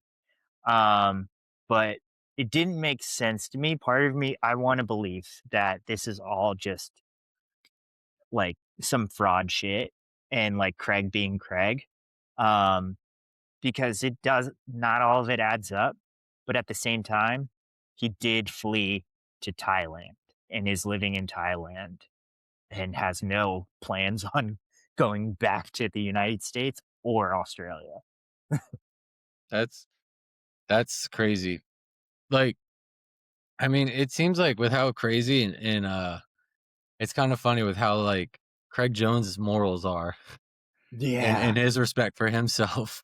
And he's always the one calling, look at the cat over there. Oh, yeah, nice. Um Bald ass cat. yeah, come here. You It's would have a bald cat. I got 2 of Hell yeah. Looks like a little nutsack. them. Oh my god. Whenever you're not around, we just sit here. Looks just like mine. Just to Bald. just sit here and reminisce a little bit. But, Um, he it's funny with, like, how much he respects himself. No, no, you gotta go over here. yeah. I She's mean, he's just ripping lines and and and he seems like he's always the one standing up for, like, women, doesn't it? yeah. Like, Yeah. seems like he's, like, always the one, like, whatever the J-Rod stuff was, which I just did a, seminar, like, I went to a seminar for him. Uh, Yeah. um, the J-Rod stuff and then the Isaac, like, it makes me wonder if that's why he kicked him out, because he never really got into it, and it was, like, Uh, while he was, like, up and coming, like, the guy was on fire, you know? so and I don't have background into what Simple Man or B Team or whatever they call themselves these days. I think Craig's out of it. Mhm, Like he's just doing seminar tours like J-Rod. Um, and I wasn't entirely clear on what J-Rod did. Him and I were under the same sponsorship team mhm. um a long time ago. And so he's a cool dude. I respect him. Yeah, he's cool as hell. Um, yeah. So, he took it on the chin and I think he's back now at Simple Man. Like I think he was training there and like one of the BJJ news Instagrams put it out. Um, but his is a little different, right? Like I think his was deep fakes is what it was. Like he was deep faking his teammates or something like that and they found it. So I mean, consent is consent, but that's a little I mean, it's weird, but it's not like if you rape a woman, that's like you should be fucked up.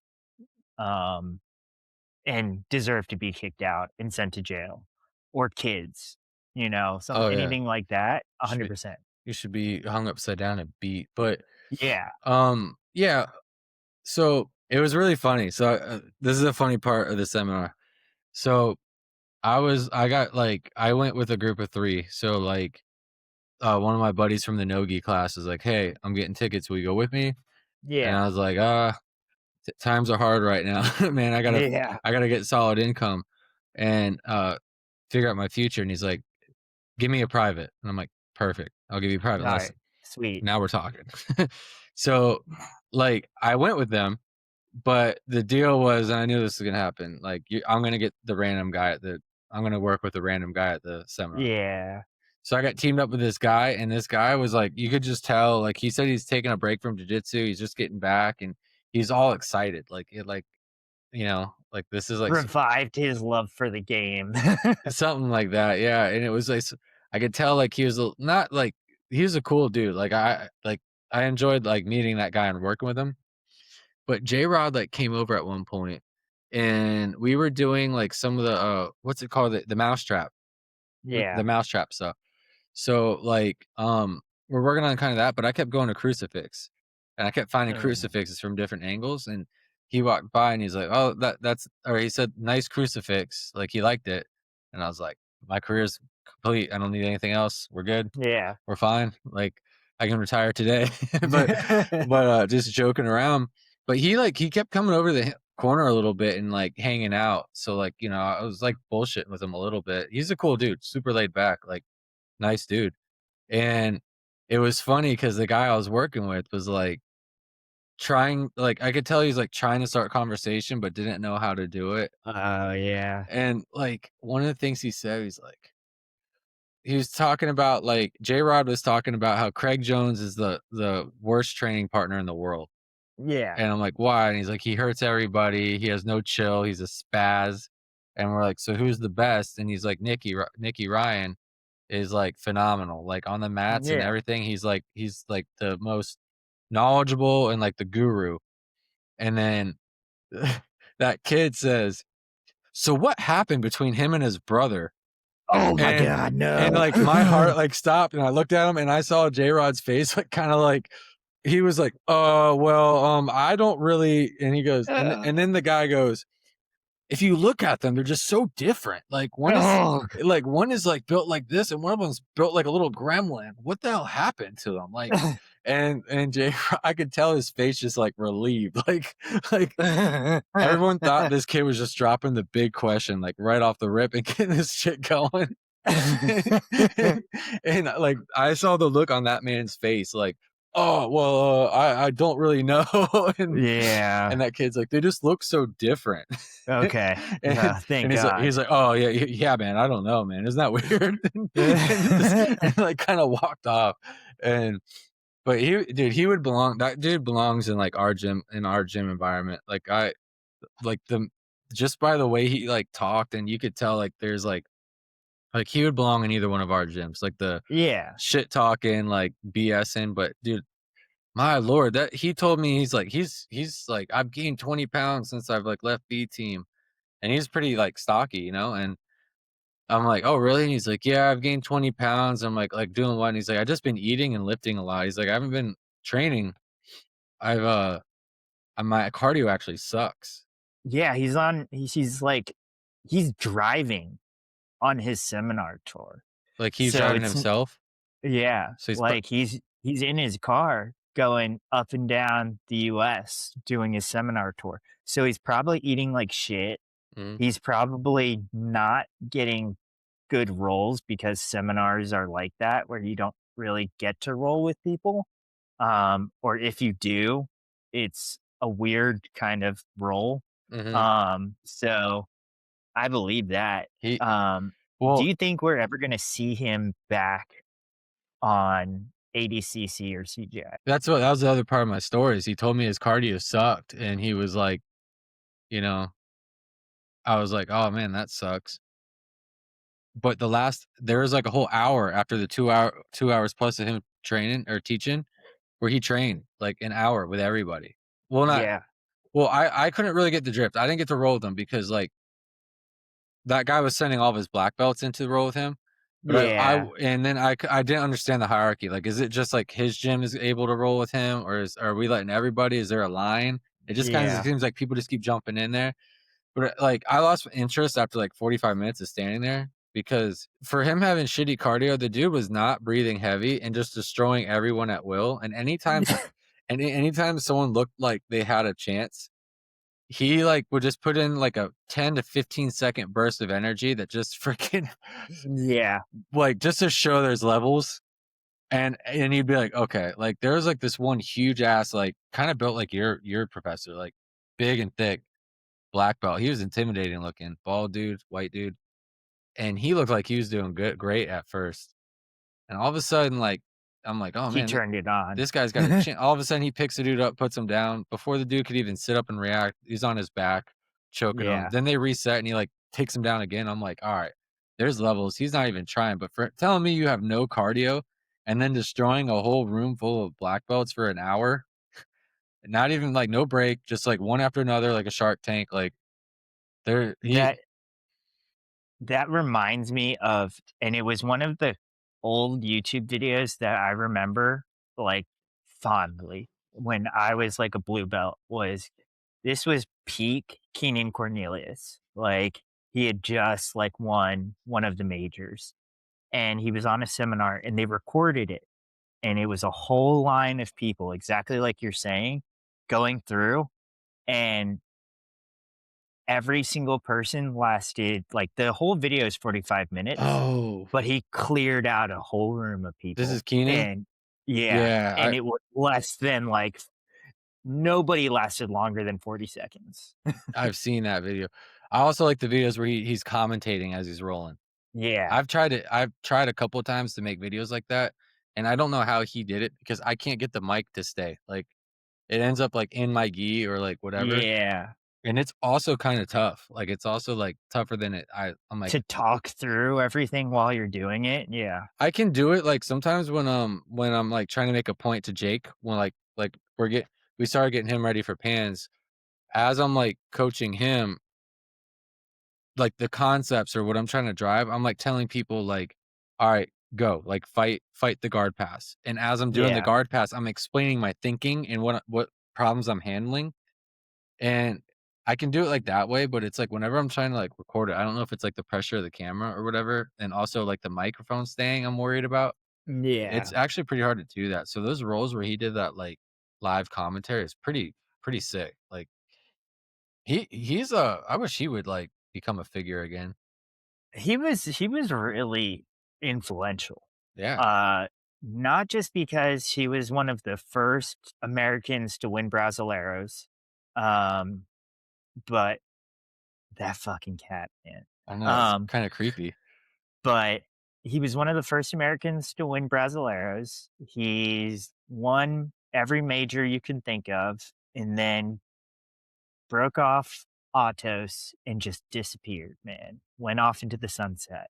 And more power to him. He's got J Flow, the Mhm. judo guy over at his gym. He's got a bunch of killers out there. He's legit. Um, but yeah, man, I think he's just happy.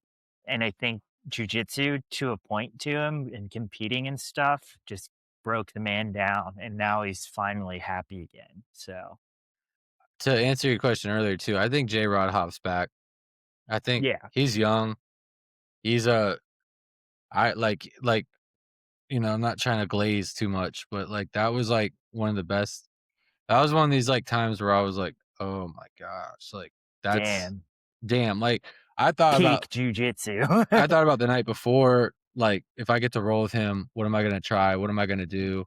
How am I Yeah. gonna stack up? Like, doing all that kinda stuff, and I was, like, coming up with a game plan for myself for him, and ironically, one of the guys who did better did the exact game plan I was thinking, which is, like, more of, Yeah. like, a single leg X, take advantage of his, like, kinda more, like, wrestling base stance and, like, spread him and try to keep him off balance and, like, take advantage of but, not to say, like but when I saw him go, I'm like, "Okay, this is, like, one of the best things I've seen him, like, in person." Like, it's just Adult black belt is so different than Masters 1, and Masters 1 is different than everything else afterwards, right? yeah. And so now that this year I can finally go Masters 2, that's where I'm, like, considering.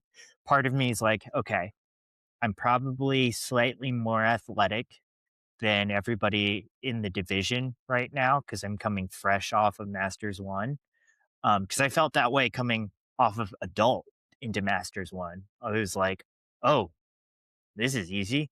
Um, but the tricky part is at black belt, you don't know how long that person has been a black belt. I And know. so it's like it's wild to me to think like, okay, I could go in and end up having to roll with JT Torres or Casino or one of those guys whose DVDs that I've bought. And I'm like, that's what sketches me out Is is I don't want to get end up on fucking Instagram as somebody's highlight reel. is that, like is he in our weight? JT Torres is Masters 3 middle. He does Masters Um, 3? yeah. Oh, black belt is just this is, like, a whole new game to learn. It's kind of exciting at that point because it's, like so, the difference between, like, if I was doing Brown Masters 1 this year, like I thought I was, Uh-huh. the amount of I had to mentally prep myself for a minute because you know how it is. Like, I mean, you've got your preparations. I'm a little bit more laid back than you. I've seen you. Like, you're like a killer that day. Like, you're not you. Uh-huh.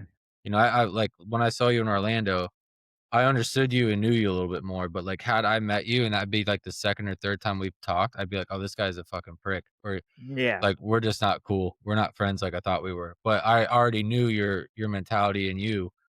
Like, you go into that you find that zone, and that's your like, you're laser focused, you're in your mental space, and you're staying there until the job is done. Yeah.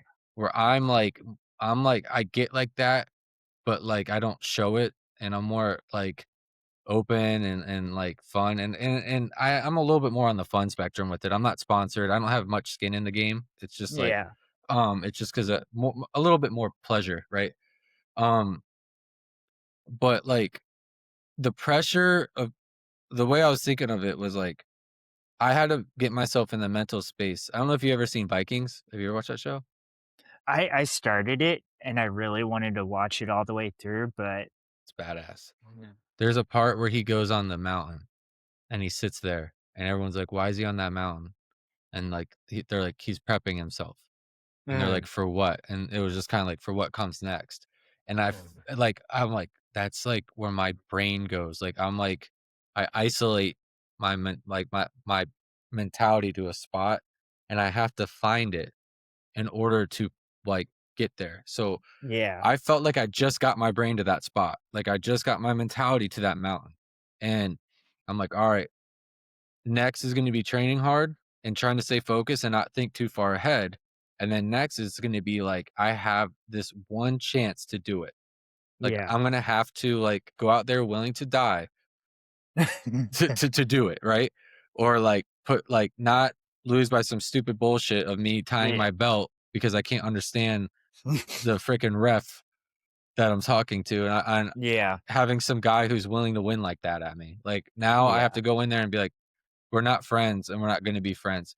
But, so anyway, that's a lot of stress and pressure, and, like, I'm gonna put it on myself and get through it, and then now getting the black belt and thinking about possibly doing pans, it's like, we're like bottom of the totem pole. It's nothing but a win for us. It's a yeah, different mentality. It's like, you and I can only win because we're gonna now know what that dimension feels like. It's almost like competing for your first time again. Like, yeah. because it's like, we're gonna Everything starts all over. the water is so deep. That's why I keep posting. It's like, we're in the deep end now because Yeah, it's like, all right, well, who's to say you can't? yeah. You beat black belts. You roll some good black belts. And that's the thought that I have is, and that's what makes jujitsu fun is on any given day anybody wins, right? And especially a major like pans and stuff like that, where it's so many different people and those first and it's just normally like that. Those first few rounds at pans, you're just clearing house, right? So I normally have the first round by the second guy maybe won, like, and he just probably put his whole life on the line for that win. And so I'm going in there like, okay, you're probably a scrub to me. And then I keep going. Um, but for me, my point of view is looking at it like if I lose, I lost to a black belt. But if I win, holy shit. Right. So exactly like you said, it's a win-win for us.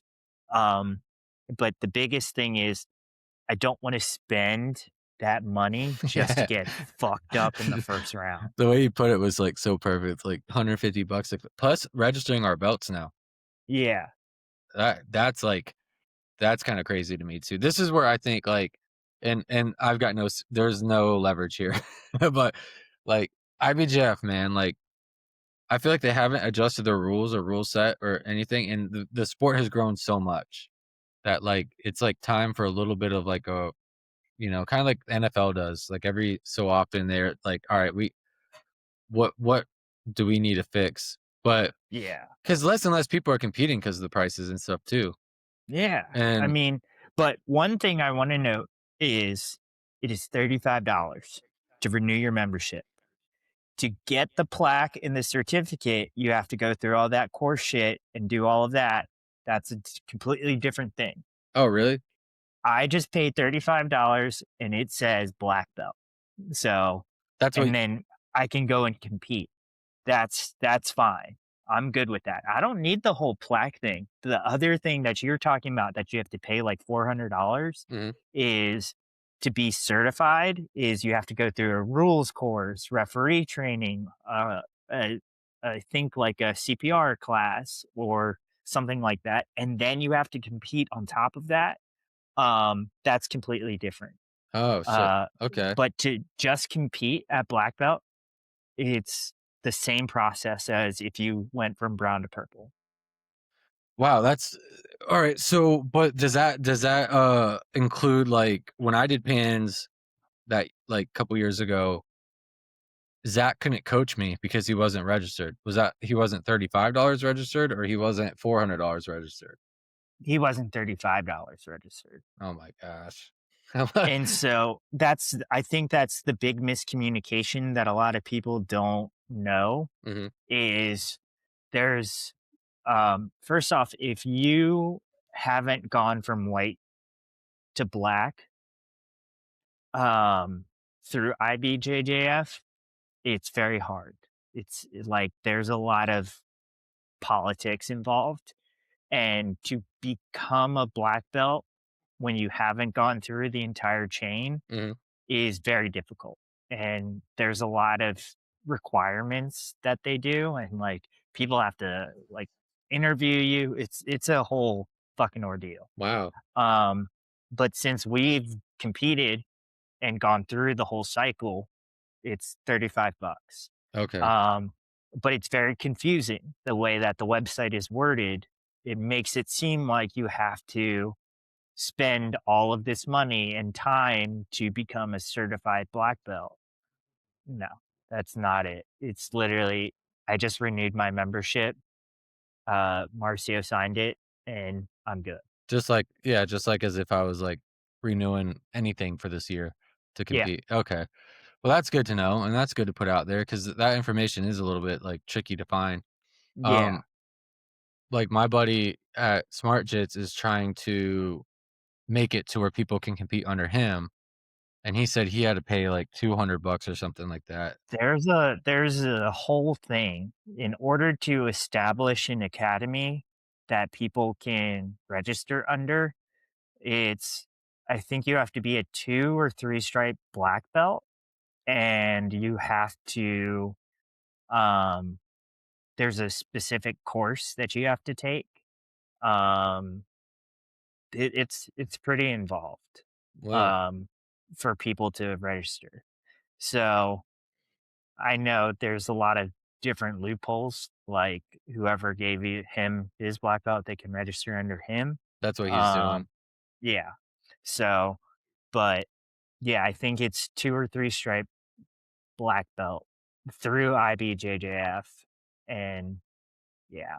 So He's a one stripe under Barata, and okay. he owns a Smart Jits Florida, which is like I think Barata's like first franchise spinoff is here. Yeah, yeah. So that's what I think he's doing. I think he said that Barata's given him like the or he's under him or umbrellaed or something. Yeah, and that's generally how it works is, there's one guy that clicks yes on all the emails, and it's pretty easy.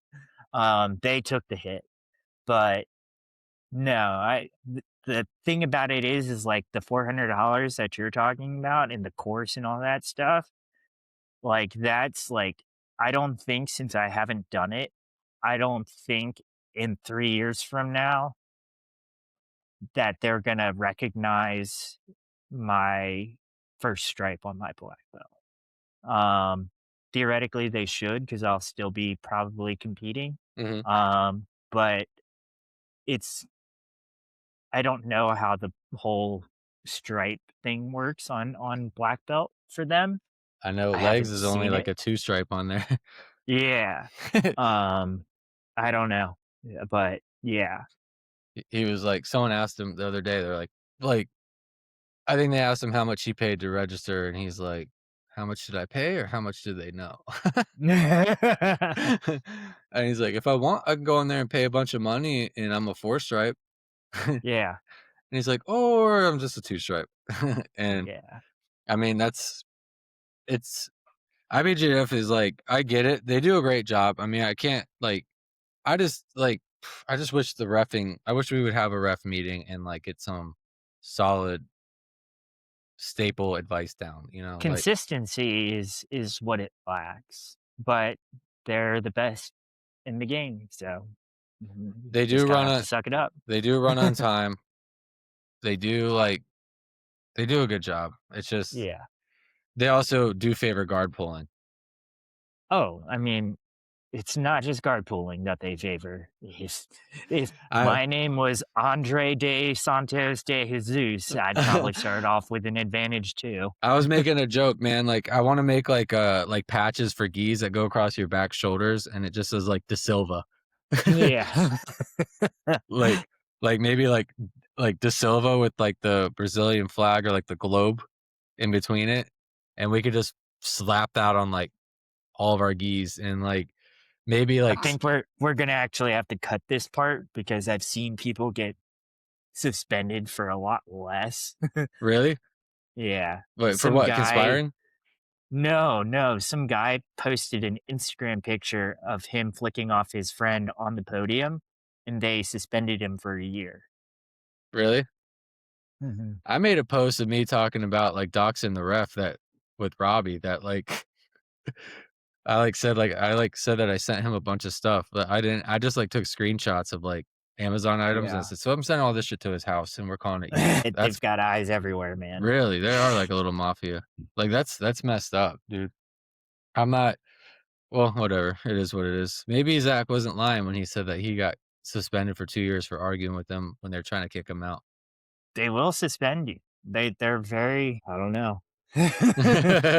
It's all right, man. What so is it well actually we'll talk about that off camera. It was more about just like the training and the like the competition team.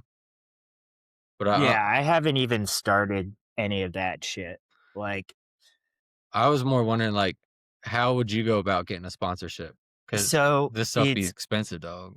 yeah. So a lot of it is one winning. That's a big thing. Um, but managing your profile and your brand and then literally messaging every single person, every brand, DM them and, you know, Facebook message them, email them. Eventually one of them's going to come back. And then it's just like an interview Yo, dog process, you shit. know? Yeah, so I'm screwed. Pretty It was much. fun while it lasted, man. Nah, I mean, I could take some stuff off. This damn cat, that's what she's doing. She wants to like hang.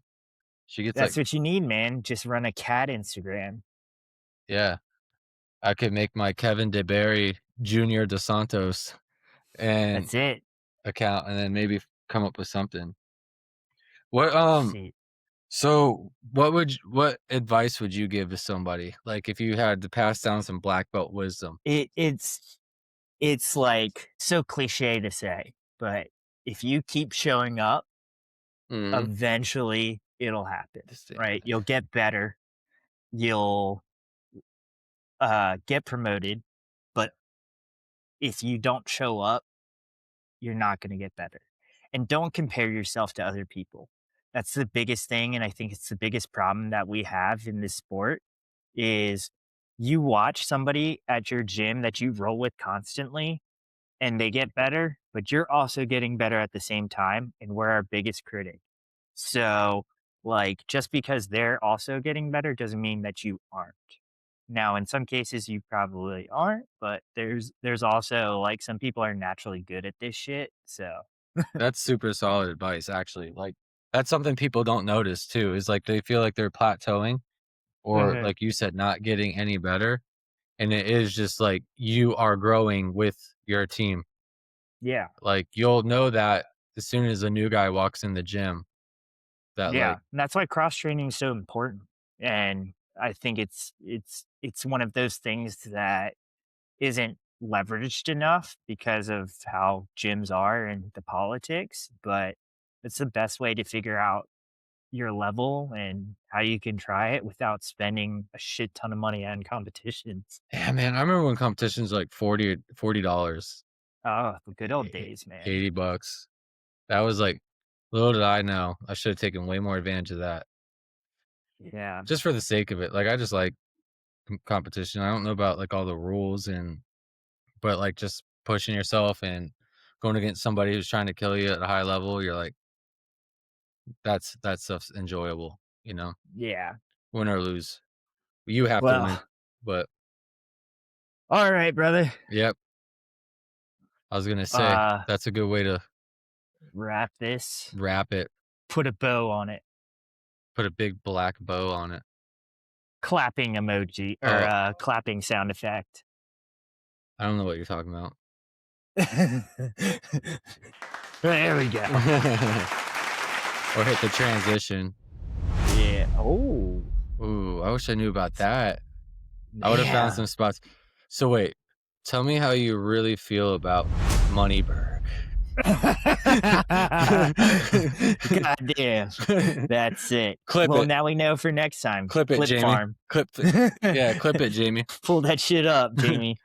Um, But